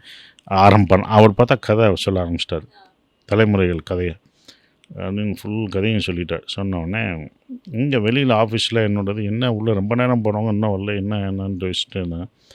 கதை சொல்லி முடித்தோடனே, சார் இப்போ நான் என்ன சார் பண்ணணும் அப்படின்னு, சசி நான் நிறைய கதவை தட்டிட்டேன், கடைசியாக உன்னோட கதவை தட்டுறேன், உன்னோட ஆஃபீஸ் கதவை தட்டுறேன், இந்த படத்தை நீங்கள் தயாரிக்கணும், நான் அந்த படத்தை எடுக்கணும். ஓகே சார்ன்ட்டேன். ஓகே எப்போ சார் பண்ணணும் அப்படின்ட்டேன். எப்போ சார் பண்ணணும் சார்? பண்ணிடலாம். ஓகே சார் நீங்கள் எப்போன்னு சொல்லுங்கள், நான் ரெடியாக இருந்தேன் சார், நான் பண்ணிடுறேன் சார் அப்படின்னு. அப்போ நான் ஒரு படம் எடுத்து எனக்கு லாஸ் ஆன சமயம்.